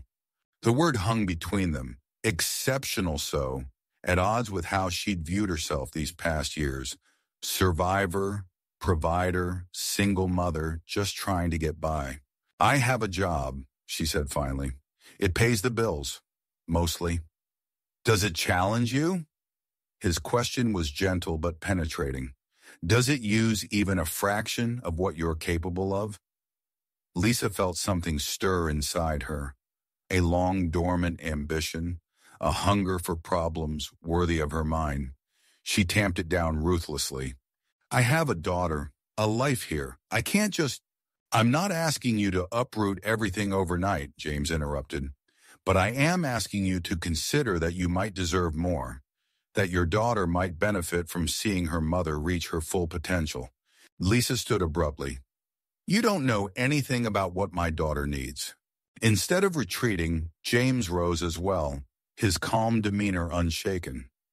You're right, I apologize. He reached into his jacket, producing not another business card but a glossy brochure. This is our research facility in Greenfield. It's about 40 minutes from here. We're developing new efficiency technologies for electric vehicles. Despite herself, Lisa took the brochure. Come visit, James continued. No commitment. Just see what we're doing. Then decide if it's something you might be interested in. Lisa wanted to refuse, to hand back the brochure and return to the comforting familiarity of Mrs. Grayson's Buick. But something stopped her. That same something that had once driven her to spend sleepless nights perfecting designs at MIT. I'll think about it, she said finally. James nodded, seemingly satisfied. That's all I ask. He turned to leave, then paused. One more thing. There's an open house this Saturday. Engineers, designers, potential investors. Nothing formal. Your daughter would be welcome too.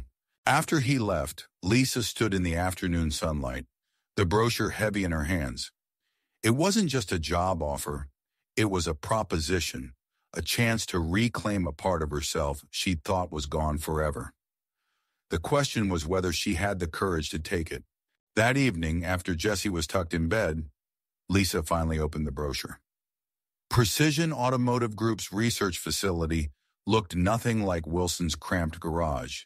State-of-the-art equipment, collaborative workspaces, and most enticingly, a fully equipped testing track where prototypes could be put through their paces. She found herself drawn to one photo in particular, a female engineer in her 50s, bent over an engine prototype, her face alight with concentration.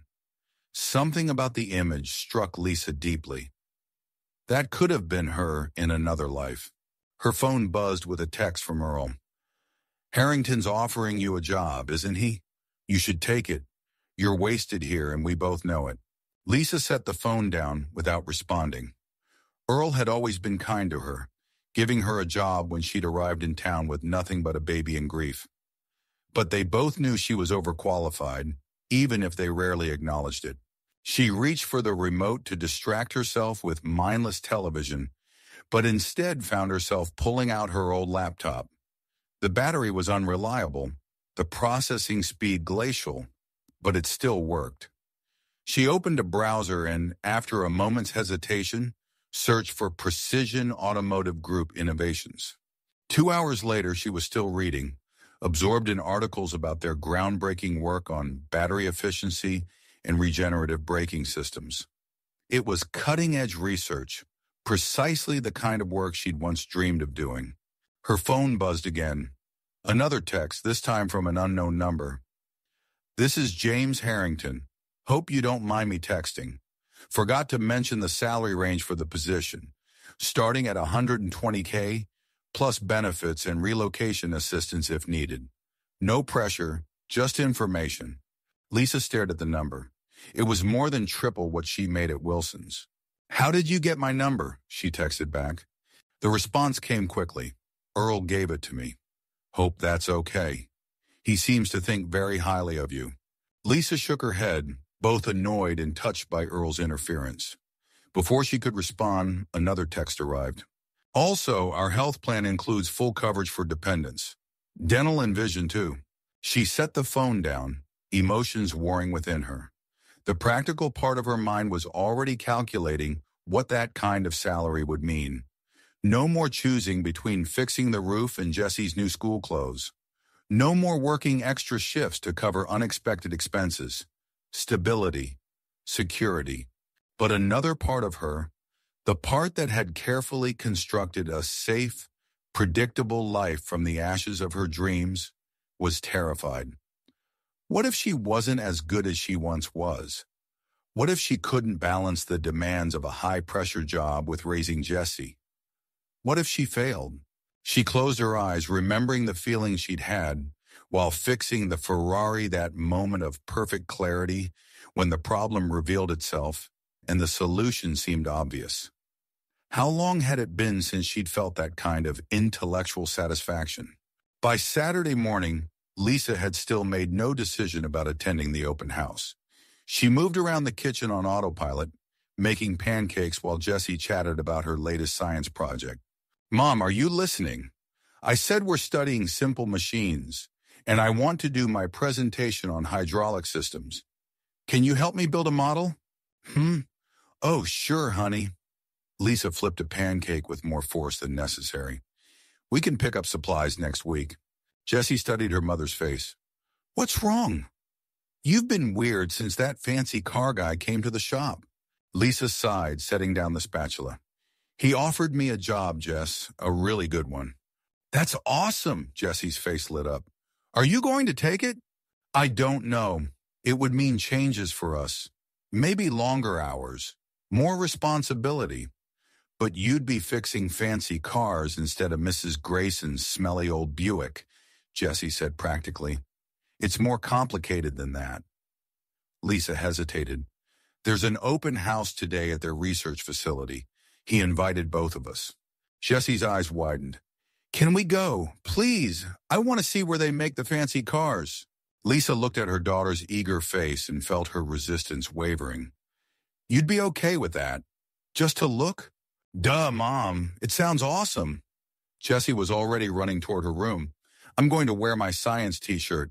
3 hours later, Lisa parked her Honda among a collection of luxury vehicles that made her car look even more pathetic than usual. Jessie didn't seem to notice, her attention captured by the sleek glass and steel building before them. "Whoa," she whispered. "It looks like something from a movie." Lisa squeezed her hand. "Remember, we're just looking, no promises." Inside, the facility was buzzing with activity. Engineers demonstrated prototypes to potential investors. Designers showcased blueprints and 3D models of future vehicles. The air hummed with the energy of innovation. "Lisa, you came!" James appeared, looking more relaxed in dark jeans and a button-down shirt than he had in his suit. His eyes fell on Jessie. "And you must be the famous Jessie. Your mom fixed a car that had stumped some of the best mechanics in the state." Jessie beamed. "She's super smart. She helps me with all my science homework." James smiled warmly. "I bet she does." He knelt to Jessie's level. "Would you like to see something cool? We have a prototype electric engine that uses principles from your mom's MIT research." Jessie's eyes widened. "You studied my mom's homework?" James laughed, standing. "Something like that." He glanced at Lisa. "If that's okay with you." Lisa nodded, touched by his effort to include Jessie. As he led them through the facility, she was struck by how easily he interacted with her daughter, answering her rapid-fire questions with patience and genuine interest. The prototype area was a wonderland of innovation. Engineers worked at various stations, developing components that would eventually come together in next-generation vehicles. James guided them to a central workstation where a sleek engine prototype gleamed under specialized lighting. "This," he said, pride evident in his voice, "is the XE7 prototype. It incorporates some of the efficiency principles you theorized in your thesis, Lisa." She stared at the engine, recognizing elements of theories she'd developed years ago. "You actually built it?" "A version of it," he clarified. "Your concepts were brilliant, but ahead of the available technology at the time. Now materials science has caught up to your vision." Lisa stepped closer, examining the intricate components. Questions formed in her mind, technical, specific questions that she hadn't allowed herself to consider in years. The thermal regulation system, she said, pointing. How did you solve the degradation issue at high temperatures? James smiled, a look of satisfaction crossing his face. We didn't. Completely. That's one of our ongoing challenges. For the next hour, Lisa lost herself in technical discussions with James and his engineering team. She forgot to be intimidated, forgot her insecurities, forgot everything except the fascinating problems before her. Solutions and improvements flowed from her as naturally as breathing. Jessie watched her mother with wide eyes, seeing a side of her that rarely emerged at Wilson's auto shop. This wasn't just her mom who fixed cars and helped with homework. This was a brilliant engineer in her element. Eventually, James guided them to a quieter area, a comfortable lounge overlooking the test track where prototype vehicles were put through their paces. What do you think? He asked, handing Lisa a bottle of water. She took a deep breath. It's incredible work, truly cutting edge. I meant about joining us. His gaze was direct but not pressuring. You were magnificent back there, Lisa. My chief engineer is already plotting how to steal you for his team. Lisa glanced at Jessie, who was watching a test vehicle navigate an obstacle course on the track below. It's a big decision. My daughter would have access to our on-site childcare facility during summer and school breaks, James finished. We have several single parents on staff. We make it work. Lisa raised an eyebrow. You've thought of everything. I try to anticipate needs. He paused. But there's something else bothering you, isn't there? Lisa hesitated, then decided on honesty. It's been 16 years since I was in that world. Technology has advanced. I've been changing oil and replacing brake pads, not designing cutting-edge systems. James considered this. Fair concern. So start with a 3-month trial period.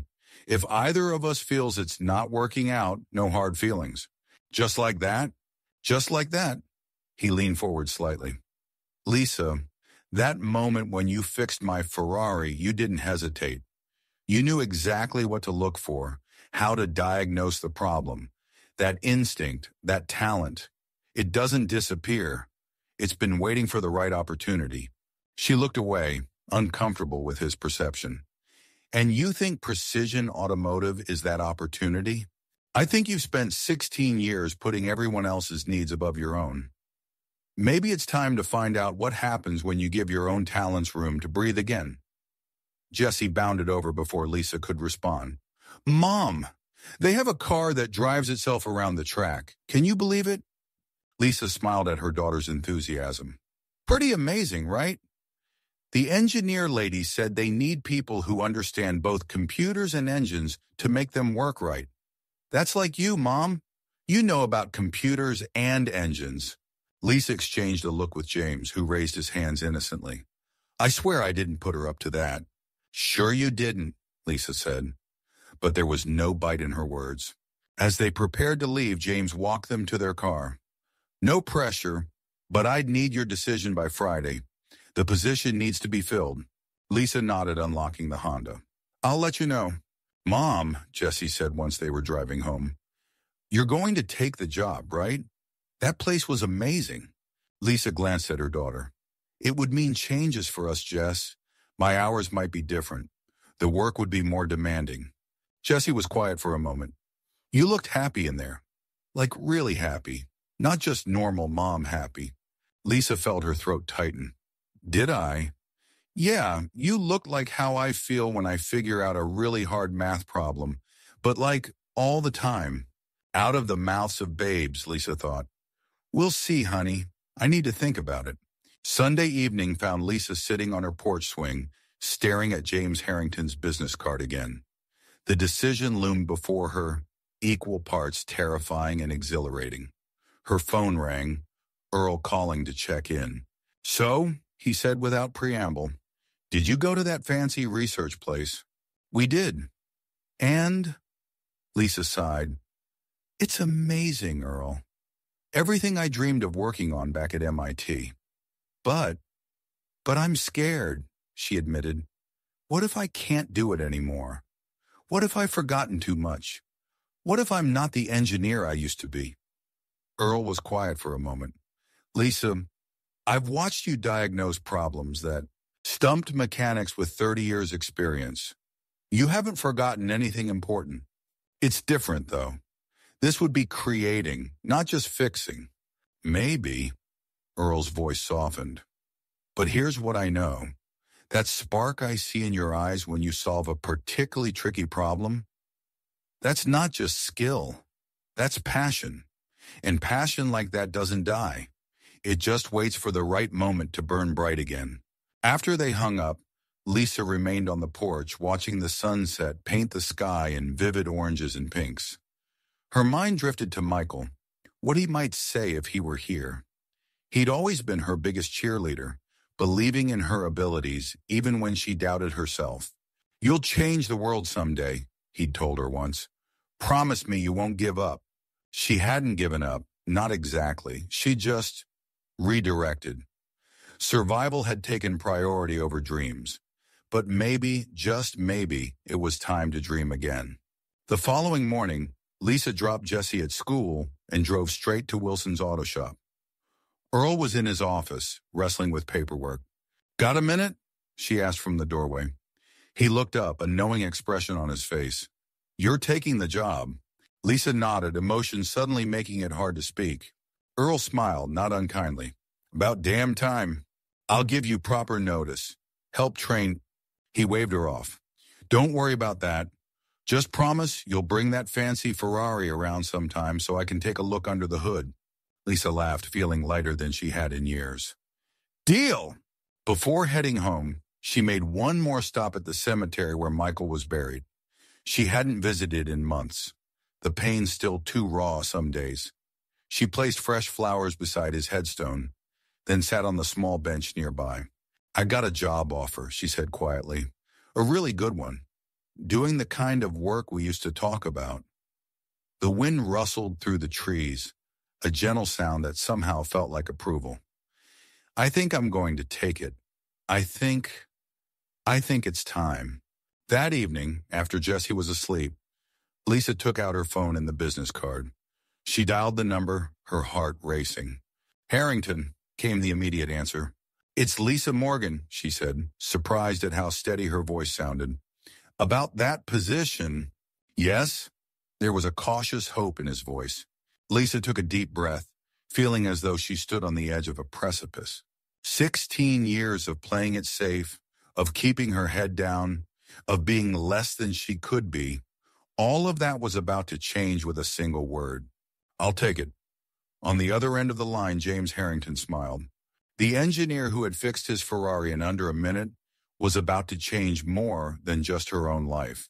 She was about to change the future of Precision Automotive Group and perhaps the future of automotive engineering itself. But for Lisa, sitting in her small living room surrounded by the comfortable limitations she'd accepted for so long, the proposition meant something much simpler, a chance to finally keep her promise to Michael, a chance to show Jesse what it meant to embrace one's full potential, a chance to become, once again, the woman she was always meant to be. It had started with a simple repair on the side of the road. Now it would continue with something far more challenging, rebuilding a life, a career, a dream that had been deferred but never truly abandoned. The proposition had been offered. The proposition had been accepted. And now everything would change. The morning sun spilled through the blinds, painting golden stripes across Lisa Morgan's worn kitchen table. A box of cereal sat untouched beside a cooling cup of coffee as she stared at the business card in her hand. James Harrington, CEO, Precision Automotive Group. His handwritten cell number on the back felt like both an invitation and a challenge. Mom, you're going to be late, Jessie called, appearing in the doorway with her backpack already slung over one shoulder. At 7 years old, she somehow managed to be the responsible one some mornings. Lisa glanced at the clock and jumped to her feet. Right, let's go, kiddo. She tucked the card into her pocket, a motion that didn't escape her daughter's observant eyes. Is that from the rich car guy? Jessie asked, climbing into the back seat of their Honda. Lisa smiled as she started the engine. Yes, and his name is Mr. Harrington. Are you going to call him? Jessie's question hung in the air as Lisa navigated the morning traffic. I don't know yet. Lisa admitted, making the familiar turn toward Jesse's school. It's complicated. Adults always say that when they're scared, Jesse replied with the devastating clarity only children possess. Lisa couldn't argue with that assessment. After dropping Jesse off, she sat in the school parking lot, James Harrington's business card burning a hole in her pocket. Taking it out again, she traced the embossed lettering with her finger. Head of engineering. The position he'd offered seemed impossible, a dream job she'd abandoned long ago. But could she really just walk back into that world after 16 years away? Technology had evolved. What if her skills were obsolete? What if she failed? The familiar route to Wilson's auto shop felt different today, charged with possibility and doubt in equal measure. When she arrived, Earl was already under the hood of a Subaru. "You're late," he called out without looking up. "Sorry." Lisa hung her jacket on her assigned hook, the only female name among the staff. Traffic was bad. Earl straightened, wiping his hands on a rag. His weathered face softened. "You talked to that suit yet? About the job?" News traveled fast in small shops like this. "Not yet." Earl studied her for a moment. "You know, when I hired you, I figured you'd be gone in 6 months. Too smart for this place." He tossed the rag into a nearby bin. 7 years later, you're still here, and I'm grateful for every day. But this isn't where you belong, Lisa. Earl, Wilson's been good to you, and you've been damn good to Wilson's.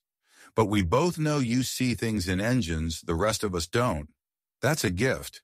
Don't waste it changing oil filters forever. Before Lisa could respond, the shop phone rang. Earl answered it, his expression changing as he listened. "Yeah, she's here. Hold on." He held out the receiver. "It's for you. Some fancy law firm." Lisa took the phone with a frown. "Hello. Ms. Morgan, this is Patricia Wells from Harrington Legal. Mr. Harrington asked me to call regarding the offer he extended. He was hoping you might reconsider." Lisa's heart raced. "I haven't made a decision yet. Mr. Harrington would like to show you the R&D facilities personally. Today, if possible." Earl was watching her, eyebrows raised. Lisa covered the receiver. "Can I take a personal day?" "Take 2, Earl nodded. "Go see what you're missing." "I'll be there," Lisa told the woman on the phone. "What time?" Precision Automotive Group's headquarters rose like a gleaming monument to innovation, all glass and steel against the clear blue sky. Lisa parked her Honda between 2 luxury vehicles, suddenly self-conscious of its dented fender and fading paint. The receptionist smiled warmly when Lisa gave her name. "Mr. Harrington is expecting you, 18th floor." The elevator ride gave Lisa time to doubt herself again. Her well-worn jeans and button-up shirt had seemed appropriate for touring engineering facilities, but now she wondered if she should have dressed more formally. When the doors opened, she was surprised to find James Harrington himself waiting. "You came," he said, a genuine smile warming his usually serious face. "I'm still just looking," Lisa clarified. "I haven't decided anything." "Of course," James nodded. "I appreciate you considering it at all." He guided her through sleek corridors toward a secure door marked Research and Development. "I should warn you, our team is excited to meet you. Your fuel efficiency paper is required reading here." "That paper is 16 years old," Lisa said, suddenly nervous. "And still relevant," James countered, scanning his badge at the door. "Some insights transcend technological evolution." The door swished open to reveal a vast engineering playground. Prototype engines gleamed under specialized lighting. Engineers clustered around workstations, deep in animated discussions. Robotic testing equipment hummed in glass-walled rooms. It was everything Lisa had dreamed of in her MIT days. "This is where innovation happens," James said, watching her reaction carefully. A tall woman in a lab coat approached, her eyes widening at the sight of Lisa. "Dr. Morgan, I'm Dr. Sarah Chen, head of prototype development. Your work on thermal reduction systems was the foundation of my doctoral thesis." It's just Ms. Morgan," Lisa corrected, overwhelmed. "I never finished my doctorate." "The brilliance was already there," Sarah insisted. "Would you like to see what we've done with your theories?" For the next 2 hours, Lisa found herself swept into a world she'd abandoned 16 years ago. The engineering team showed her prototype after prototype, each incorporating elements from her early research. They asked her questions, valued her insights, treated her like the expert she'd once been training to become.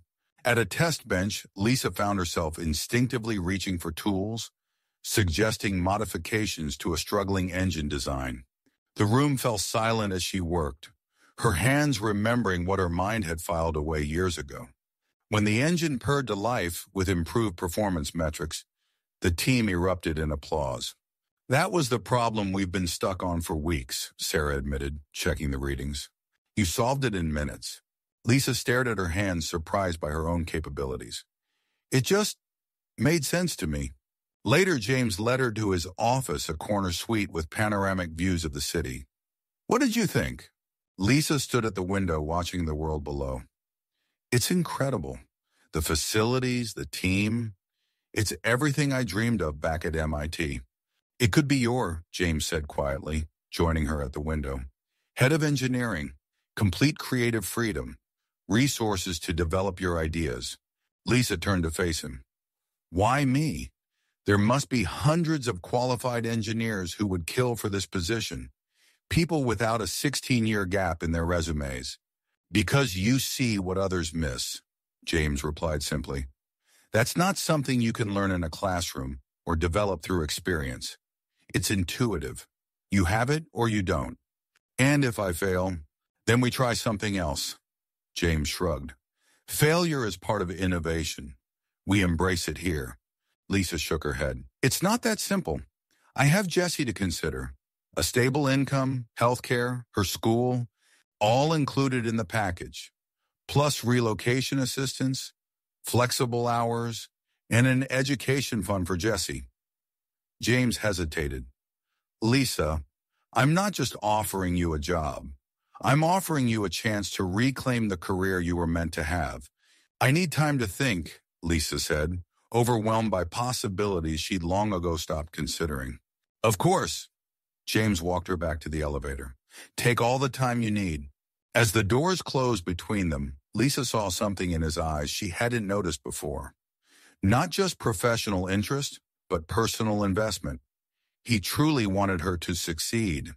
That evening, Lisa sat at her kitchen table surrounded by pamphlets from Precision Automotive Group. Benefits packages, relocation information, school districts near their campus. James had thought of everything. "Mom?" Jessie appeared in her pajamas, eyeing the papers curiously. "Is that stuff from the car guy?" "Mr. Harrington," Lisa corrected again, smiling. "Yes, it is." "Are we moving?" Lisa pulled her daughter onto her lap. "I don't know yet, sweetie. It would be a big change. New house, new school, new friends for you." Jessie considered this with 7-year-old seriousness. "But you'd be doing cool car stuff instead of just fixing broken ones, right?" "That's right. Would you be happier?" The question caught Lisa off guard. She thought about the feeling she'd had in the R&D lab today, that sense of belonging, of using her full potential. "I might be, but your happiness matters more. Remember when Mrs. Turner taught us about butterflies? How they have to break out of their chrysalis thing to become beautiful?" Jessie's small fingers traced the Precision Automotive logo. "Maybe we're like that. Maybe we need to break out too." Lisa hugged her daughter tight, throat tight with emotion. When had her little girl become so wise? After tucking Jessie into bed, Lisa returned to the kitchen and finally pulled out James Harrington's business card. Taking a deep breath, she dialed the number. He answered immediately. "Lisa, I was hoping you'd call." "I have conditions," she said without preamble. "I'm listening." "Jessie's stability comes first. If this doesn't work out, I need a guaranteed severance package that gives me time to find something else." "Done. I want to start as a consultant first, 3 months. We both need to be sure this is the right fit."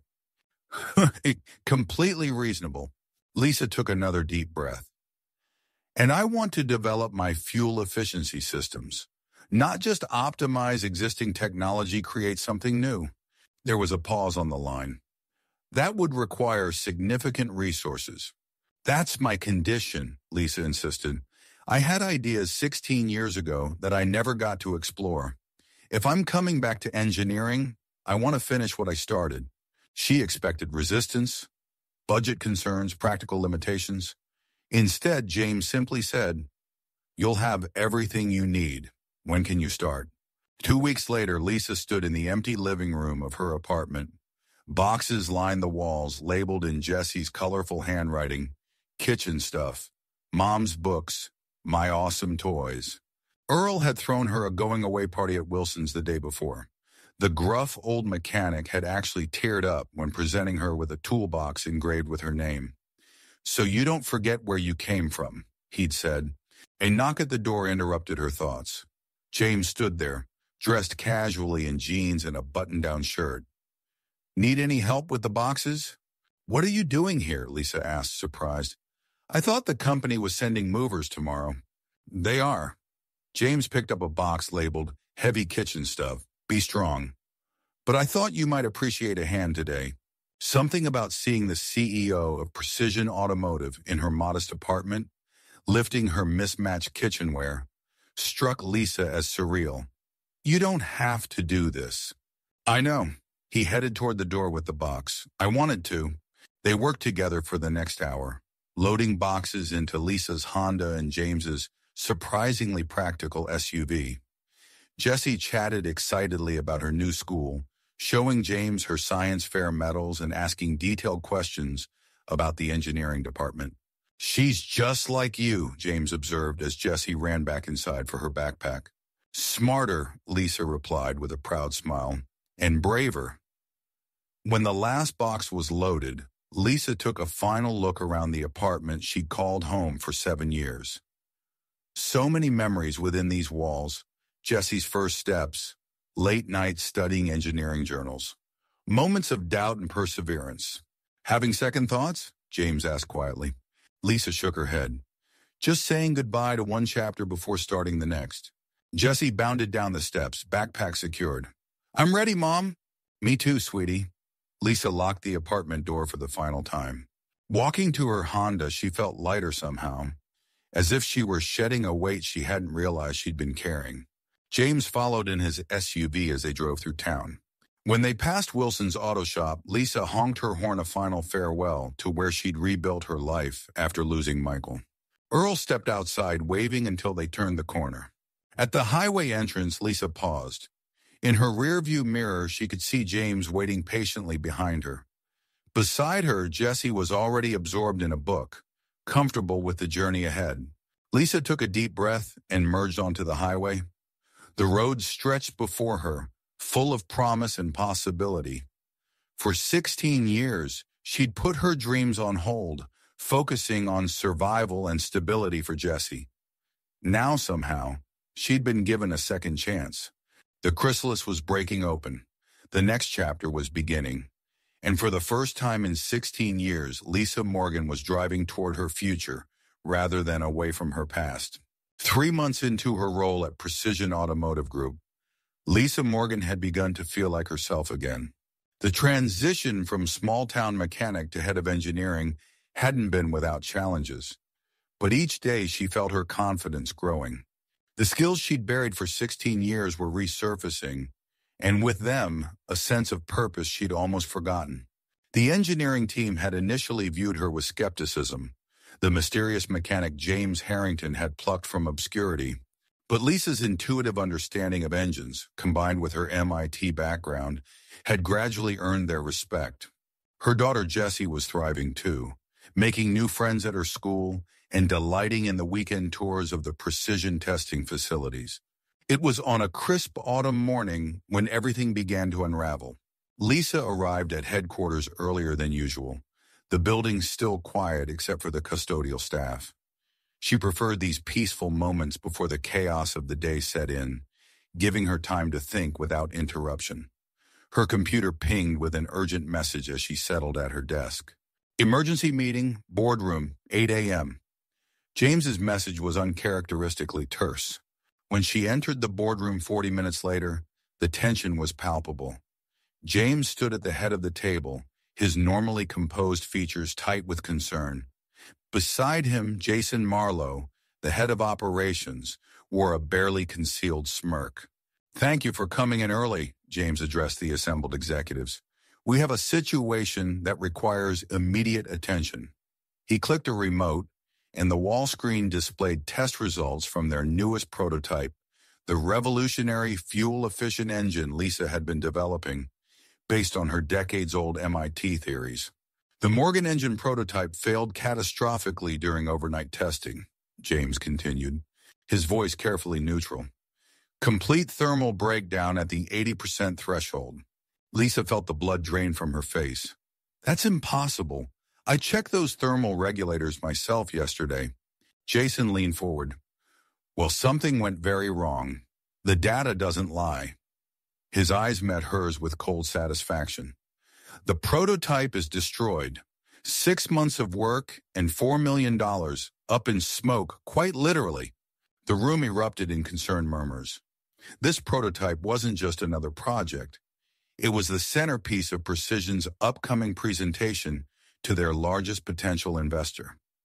Without it, the company would lose a critical funding opportunity they'd spent months securing. "How did this happen?" demanded Victoria Chen, the chief financial officer. "We're presenting to Nakamura Global in 3 weeks. They're specifically coming to see this technology." All eyes turned to Lisa. She felt the familiar sensation of being an outsider again, the small-town mechanic who didn't belong among these corporate executives. "I need to examine what's left of the prototype," she said firmly, refusing to be intimidated. "Something's not right about this." "I've already ordered a full investigation," James interjected. "Until we understand what happened, all work on the Morgan engine project is suspended." Jason's voice cut through the tension. "Perhaps we should consider reverting to our previous design approach. My team can have an alternative ready for the Nakamura presentation." Lisa saw the strategic move for what it was. Jason had opposed her fuel efficiency innovations from the beginning, arguing they were too theoretical, too untested. Now he was positioning himself to take control. "That would be a mistake," Lisa countered. "We need to understand what happened, not abandon months of breakthrough work." "With all due respect," Jason replied, not bothering to mask his condescension, "we can't risk Precision's future on unproven technology from someone who spent the last 16 years changing oil filters." The barb stung, precisely as intended. Lisa felt the familiar doubt creeping in, the voice that had kept her in Millfield all these years, telling her she didn't deserve more. James ended the meeting with instructions for a complete forensic analysis of the failed prototype. As the room cleared, he caught Lisa's eye, motioning for her to stay. When they were alone, his professional mask slipped. "I know that was rough." "I've faced worse," Lisa said, though her voice betrayed her. "James, I need access to that prototype. Something isn't adding up." He nodded. "You'll have it. Don't let Jason get to you. He's been trying to undermine this project since day one." Lisa appreciated his support, but as she walked to her office, doubt followed like a shadow. Had she overreached? Was she truly capable of leading this kind of cutting-edge development after so many years away from the field? Her phone rang, interrupting her spiral of self-doubt. It was Jesse's school. 20 minutes later, Lisa rushed through the hospital emergency room doors, her heart hammering against her ribs. Jessie had collapsed during physical education class, her temperature spiking to 103 degrees. "Mom!" Jessie's voice was weak but relieved as Lisa entered the examination room. The sight of her daughter, normally so vibrant and energetic, looking small and pale against the hospital sheets, hit Lisa like a physical blow. "I'm here, baby." Lisa gathered her daughter's hand in hers, noting how hot her skin felt. "What happened?" "I don't know." Jessie's eyes were glassy with fever. "I was running and then everything went spinny."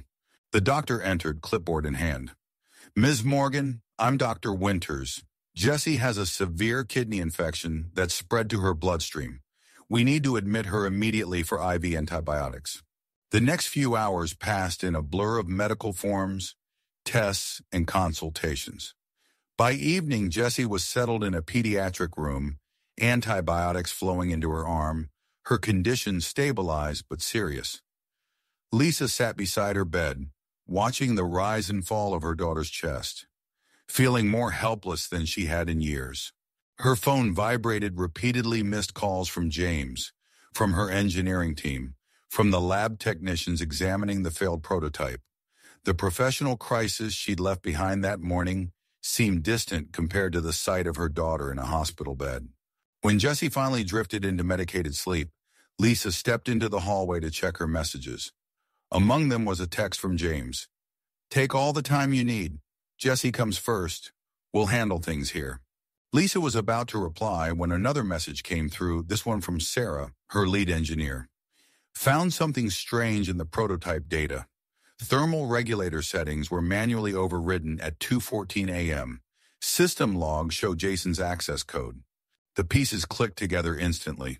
The mysterious failure, Jason's eagerness to take over the project, his carefully crafted barbs about her qualifications. He deliberately sabotaged her work. Lisa's hands trembled with anger as she called Sarah back. "Document everything," she instructed. "Don't tell anyone else what you found. I'll be there as soon as I can." But as she ended the call, reality crashed back upon her. Jessie would be hospitalized for at least 3 days. The crisis at work couldn't pull her away from her daughter's bedside. Not again. Not like she'd pulled away from her life after Michael died, retreating into the safety of her small-town existence. For 16 years, Lisa had defined herself by one role: Jessie's mother. She'd suppressed her own ambitions, her own potential, to create stability for her daughter.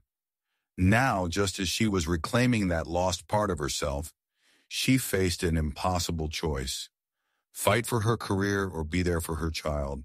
The next morning, James found her in the hospital cafeteria, staring into a cup of cold coffee. "You didn't need to come," Lisa said, surprised by his appearance. "Yes, I did." He sat across from her, his usual corporate polish softened by genuine concern. "How's Jessie?" "Responding to the antibiotics. Her fever's down." Lisa pushed her coffee aside. "James, I know what happened to the prototype. Jason sabotaged it." James nodded grimly. "Sarah showed me the logs. He's been suspended pending investigation." "It doesn't change the fact that the prototype is destroyed," Lisa said. "We can't rebuild it in time for the Nakamura presentation." "Then we'll postpone." "You know we can't. This funding round is critical for the company's future." James leaned forward. "Lisa, what are you saying?" She took a deep breath. "I'm saying I can't be in two places at once. Jessie needs me here, and Precision needs someone fully committed to salvaging this situation. No one understands that engine design like you do." "Then maybe that's the problem." Her voice cracked slightly. "Maybe I was fooling myself, thinking I could just step back into this world after 16 years away. A real engineer wouldn't have left her prototype vulnerable to sabotage." James studied her face. Behind her exhaustion, he could see the real battle she was fighting, not just with circumstances, but with herself, with the doubt that had kept her hidden in Millfield all those years. "The day I met you," he said quietly, "you fixed in seconds what experts couldn't solve in weeks. You did that not because you spent years in some corporate lab, but because you see things differently. That's why I brought you to Precision, not, despite your 16 years away, but because of what those years taught you." Lisa looked up, startled by the conviction in his voice. "Take care of Jessie," James continued. "That's where you need to be right now. But don't you dare use this as an excuse to run away from who you are." For a moment, the world seemed to pause between them. Lisa realized with startling clarity that James wasn't just fighting for his company's future. He was fighting for her, for the potential he'd seen that day on the roadside when she'd fixed his Ferrari. "I don't know if I can rebuild it in time," she admitted. "You don't have to do it alone," James replied. "That's what teams are for." As if on cue, her phone buzzed with a message. It was from her engineering team, a photo of them gathered around a whiteboard covered in designs, with a sign that read, "Get well soon, Jessie. We've got this, boss." Something shifted inside Lisa. For 16 years, she'd carried the weight of her world entirely on her own shoulders, being mother, father, provider, and protector all at once. The idea that others might help shoulder her burden was almost foreign. 3 days, she said finally. Jessie should be released in 3 days. If you can bring the critical components here, I can work from her room while she rests. James nodded, relief evident in his features. We'll make it work. As he rose to leave, Lisa caught his hand. Why are you doing this? The company could replace me with someone without these complications. James looked down at their joined hands, then back at her face. Because Precision Automotive doesn't just need another engineer. It needs you, your insight, your persistence, your unique way of seeing problems. He hesitated, then added more softly, and maybe I need that too. Before Lisa could process what he'd said, what he might mean, his professional demeanor returned. Rest. Take care of Jessie. I'll have the components and data sent over this afternoon. As James walked away, Lisa felt something she hadn't experienced in years, the certainty that she wasn't facing her challenges alone. The crisis wasn't over, far from it. Jessie was still sick, the prototype still destroyed, the presentation still looming. But for the first time since Michael's death, Lisa felt the weight of her burdens lightening, shared by shoulders other than her own. Perhaps, she thought as she headed back to Jessie's room, that was the true innovation she needed to embrace. The hospital room was quiet except for the steady beep of monitors and the occasional squeak of nurses' shoes in the corridor outside. Lisa sat beside Jessie's bed, her daughter's small hand clasped in hers, watching the IV antibiotics drip steadily into the thin tube connected to her arm. Jessie's fever had broken sometime in the early hours of the morning, bringing her temperature down to a more manageable 101 degrees. A laptop balanced precariously on Lisa's knees, its screen displaying complex engineering schematics and simulation results. 3 different messaging apps blinked with urgent notifications from the team at Harrington Innovations. The company crisis hadn't paused for Jessie's illness. If anything, it had accelerated in her absence. You should go to work, Mommy, Jessie murmured, her eyes fluttering open. Despite her illness, she remained perceptive as ever. I know they need you. Lisa smoothed back her daughter's damp hair. They've got plenty of engineers, sweetheart. You've only got one mom. But they don't think like you do. Jessie's observation carried wisdom beyond her years. Nobody sees things the way you do. Lisa felt the familiar tug-of-war in her chest, the competing pulls of professional responsibility and maternal devotion. For 16 years, there had never been a question. Jessie always came first. But now, with the stakes so high at Harrington Innovations, the lines had blurred. Her phone buzzed with a call from Sarah, her lead engineer. Lisa stepped into the hallway to answer. The board is pushing for Jason's solution, Sarah reported without preamble. They're meeting in an hour to vote on scrapping our project entirely. Lisa closed her eyes, leaning against the cool hospital wall. Jason had been undermining her from the beginning, and now he was poised to capitalize on her absence. As the simulation results came back worse than we expected, Sarah finished. The thermal degradation is accelerating exponentially. We're missing something fundamental. Lisa's mind raced through possibilities. The engine prototype had shown so much promise in early testing. What variable had they overlooked? What assumption had they made that wasn't holding up? A doctor approached, chart in hand, interrupting her thoughts. Ms. Morgan, a moment to discuss Jessie's latest test results? I need to go, Lisa told Sarah. Keep running simulations. Focus on the cooling subsystem. I'll call back as soon as I can. The doctor's update was cautiously optimistic. The antibiotics were working, but Jessie would need to remain hospitalized for at least another 2 days. Lisa returned to the room to find her daughter had fallen back asleep, her breathing easier than before. Lisa settled back into the uncomfortable hospital chair and pulled her laptop closer. If she couldn't be at the lab, she would bring the lab to her. Opening the latest simulation data, she began scrolling through thousands of lines of test results. looking for the pattern that had eluded her team. Hours passed in a blur of numbers, thermal readings, and failed simulations. Hospital shifts changed around her. Day faded into evening. Jessie woke occasionally, accepted sips of water or small bites of hospital jello, then drifted back to sleep, comforted by her mother's presence. At 2:17 a.m., when the hospital corridor had grown quiet and the night shift nurses moved like ghosts past Jessie's door, something clicked in Lisa's exhausted mind. "It's not the thermal regulation," she whispered to herself. "It's the pressure differential." Her fingers flew across the keyboard, adjusting variables in the simulation model. The team had been focused on cooling the system more efficiently, but Lisa suddenly realized they needed to approach it from a completely different angle. It wasn't about removing heat faster. It was about redistributing pressure to prevent the heat from concentrating in the first place.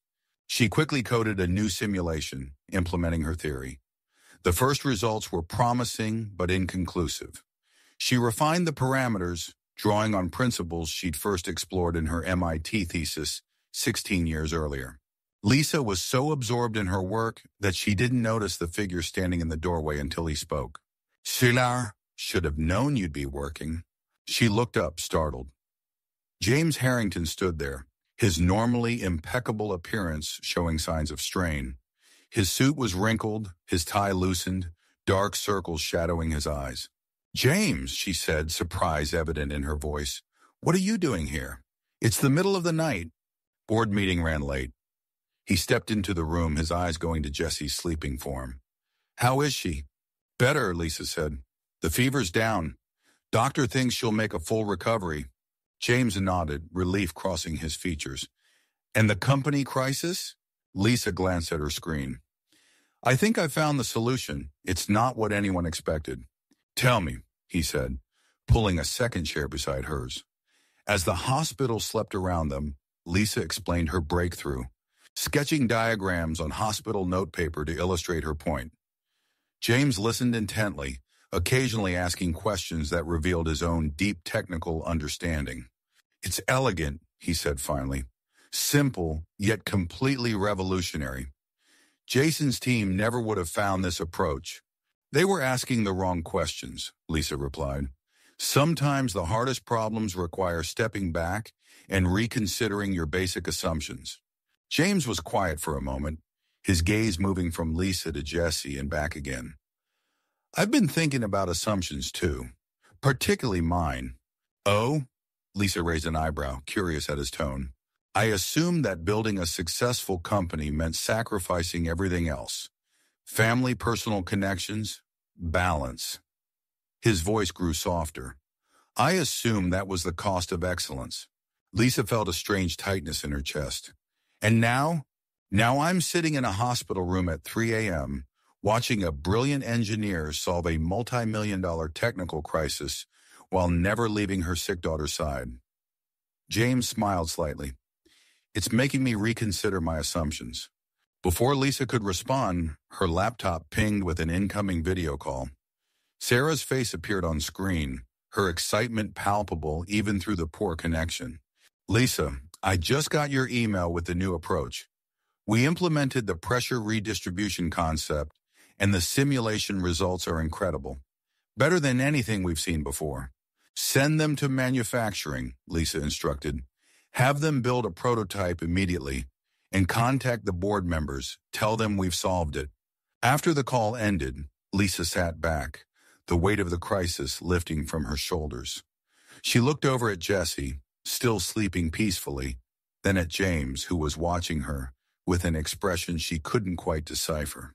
"You know," James said thoughtfully, "most people would have chosen either work or family, not tried to manage both in an impossible situation."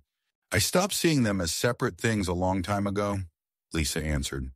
"When Michael died, I had to be everything for Jessie. Mother, father, provider, protector. I couldn't compartmentalize my life. It all had to work together." "That's why you're different," James said. "That's why you see solutions no one else does. You don't accept the artificial boundaries everyone else takes for granted." Jessie stirred in her sleep, murmuring something inaudible. Lisa automatically reached out to stroke her forehead, a gesture so natural she barely realized she was doing it.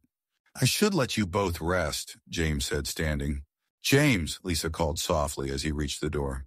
Thank you for coming, for understanding. He paused, framed in the doorway. When I first offered you that job, I thought I was doing you a favor, giving you a chance to reclaim your old life. I was wrong. His voice carried a rare vulnerability. You never needed to reclaim anything.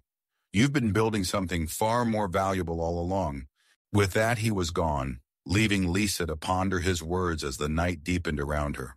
2 days later, Lisa stood in the main engineering lab at Harrington Innovations, watching as technicians made final adjustments to the prototype engine, incorporating her pressure redistribution solution. Jesse had been released from the hospital that morning, now recuperating at home under the watchful eye of Mrs. Rivera, their neighbor. The board is thrilled, Sarah reported, joining her at the observation window. Jason's been surprisingly quiet since the success of the prototype test. He's regrouping, Lisa replied. Men like him don't give up easily. Neither do women like you, Sarah countered with a smile. The lab doors opened and James entered, flanked by several board members.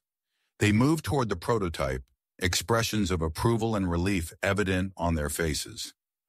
Lisa stepped back, content to let the technical team walk them through the details. To her surprise, James broke away from the group and approached her instead. The board wants to speak with a person who actually solved the problem, he said, gesturing for her to join them. Lisa hesitated. I should get home to check on Jesse. Actually, James replied, a hint of mischief in his eyes. I took the liberty of arranging something. The lab doors opened again, and Mrs. Rivera appeared, guiding a pale but smiling Jesse. The little girl's face lit up at the sight of the enormous lab with its gleaming equipment and busy technicians. Is this where you work, Mom? Jesse asked in awe as she approached. Lisa knelt to embrace her daughter. Yes, sweetheart. How are you feeling? You should be resting. Mr. Harrington said you fixed a big problem, and I could come see, Jesse explained. Mrs. Rivera brought me in a real company car with a driver and everything. Lisa glanced up at James, who shrugged unapologetically. I thought the engineer who saved the project deserved to have her biggest fan present when the board delivers their acknowledgement. For the next hour, Lisa walked through her solution with the board members, while Jessie watched proudly from a chair specially brought in for her. The child's obvious pride in her mother wasn't lost on the board directors, who went out of their way to emphasize Lisa's contribution.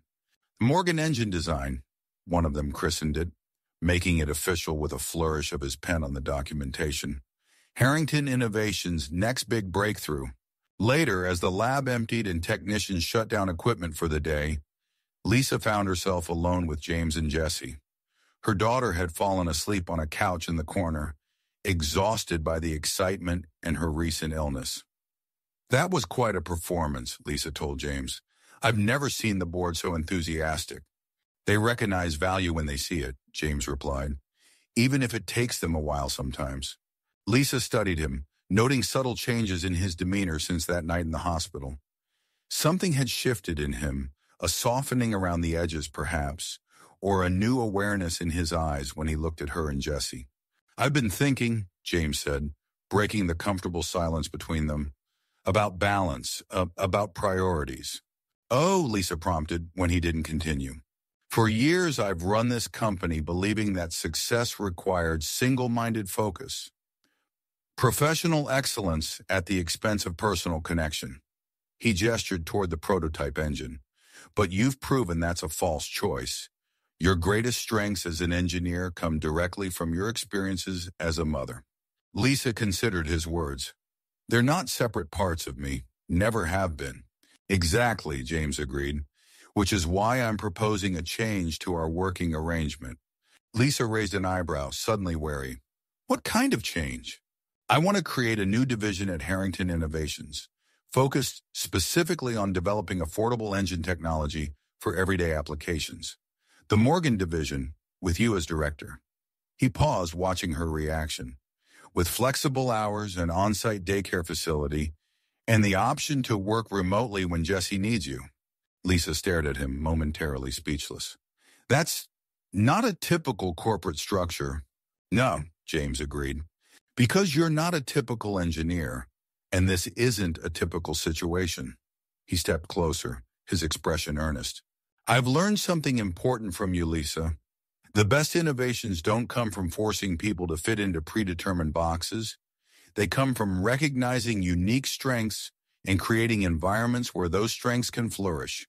Lisa looked over at Jesse, sleeping peacefully on the couch, then back at James. For 16 years, she'd believed she had to choose, that she couldn't be both the brilliant engineer she was trained to be and the devoted mother Jesse needed. Now James was offering her a path where she didn't have to choose at all. Why are you doing this? She asked softly. James was quiet for a moment, considering his answer. Because talent like yours comes along once in a generation. Because your daughter deserves to see her mother shine. And because, he hesitated, uncharacteristically uncertain. Because I believe in what we could build together. The words hung between them, carrying meanings beyond professional collaboration. All right, Lisa said finally. The Morgan division. Let's build something extraordinary. As they stood together in the lab, the prototype engine humming softly beside them, and Jesse sleeping nearby, Lisa felt something she hadn't experienced in 16 years. The perfect alignment of all parts of her life, working in harmony like a perfectly calibrated machine. This wasn't the life she had planned all those years ago at MIT. It wasn't the life she'd imagined when she married Michael. It was something different, something new that contained elements of her past but wasn't defined by it. James reached out hesitantly, his hand finding hers in the dim light of the lab. To new beginning, he said quietly. Lisa's fingers closed around his, a circuit completing. To new beginnings, she echoed. Outside the lab windows, the sun was setting over the city, painting the sky in shades of possibility. Tomorrow would bring challenges, of course, new problems to solve, boundaries to navigate, balance to maintain. But for the first time in 16 years, Lisa Morgan wasn't just surviving. She was building a future that honored all the parts of who she was. The resolution wasn't an ending at all. It was, in fact, just the beginning. 1 year later, the morning sun streamed through the windows of Precision Automotive Group's newly established Morgan Innovation Center. The light caught the edges of an award displayed prominently near the entrance, the Harrington Morgan Efficiency Prize, recently established to recognize breakthrough innovations in sustainable automotive technology. Lisa stood at the window of her office, watching the test track below where engineers were putting a prototype through its paces. Her department had grown from a small exploratory division to the company's fastest-growing unit, with 30 engineers now working under her direction. Second thoughts? James asked, entering with 2 cups of coffee.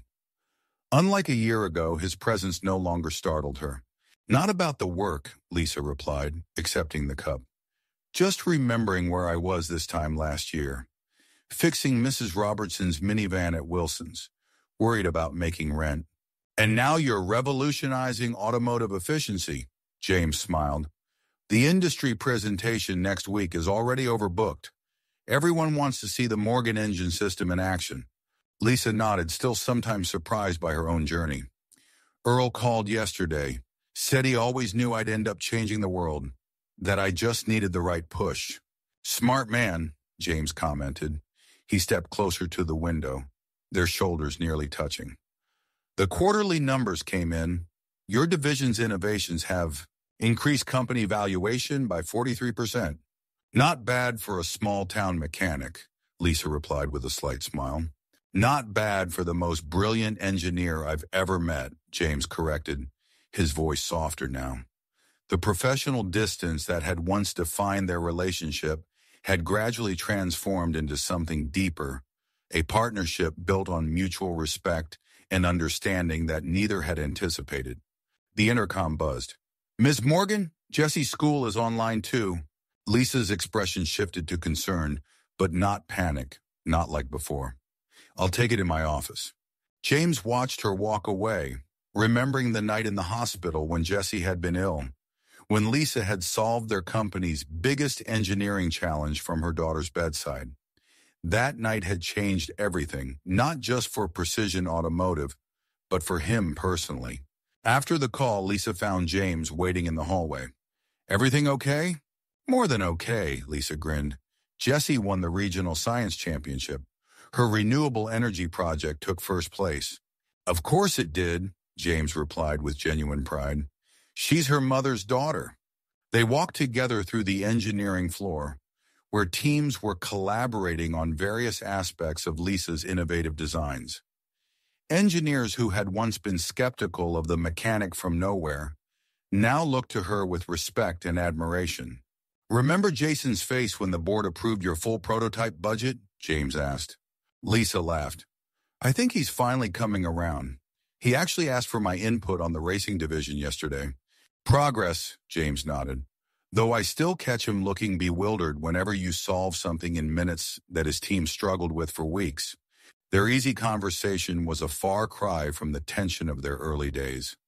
The crisis that had nearly torn apart both the company and Lisa's confidence had instead forged something stronger, a leadership team that balanced James's business acumen with Lisa's engineering genius.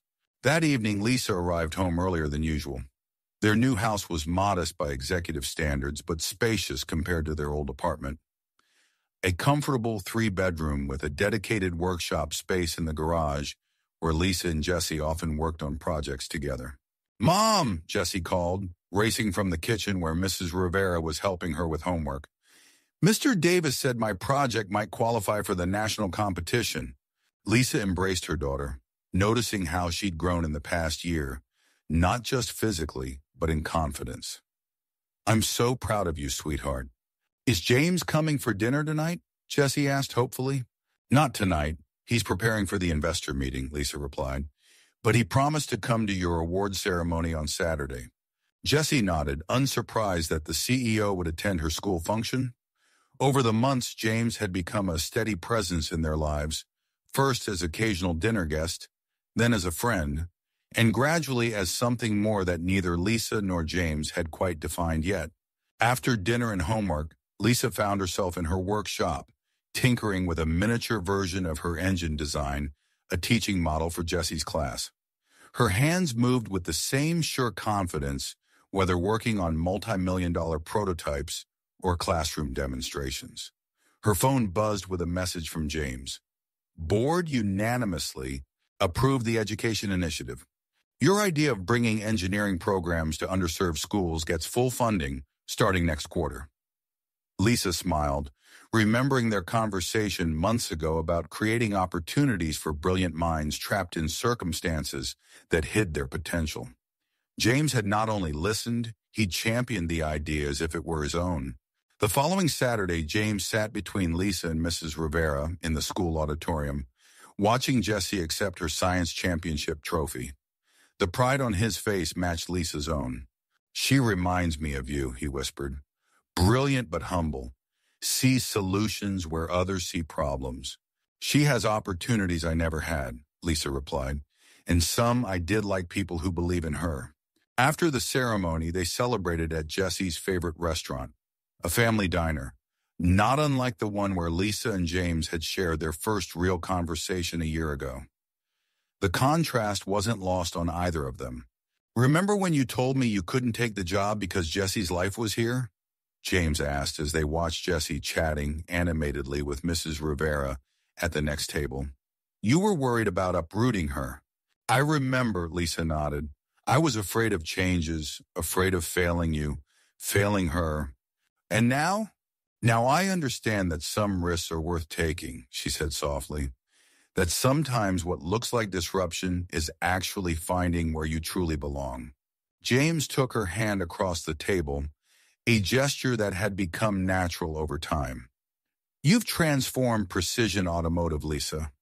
But more importantly, you've shown everyone, especially Jessie, what happens when you refuse to let circumstances define your potential." "We did that together," Lisa corrected him. "You saw something in me when I was just the mechanic who fixed your Ferrari." "I saw brilliance hiding in plain sight," James replied. But you showed me something more valuable, that success isn't measured by what you build, but by who you build it with and why. As the evening ended and they walked to their cars under a canopy of stars, Lisa looked between Jesse and James, her past and her future somehow perfectly aligned.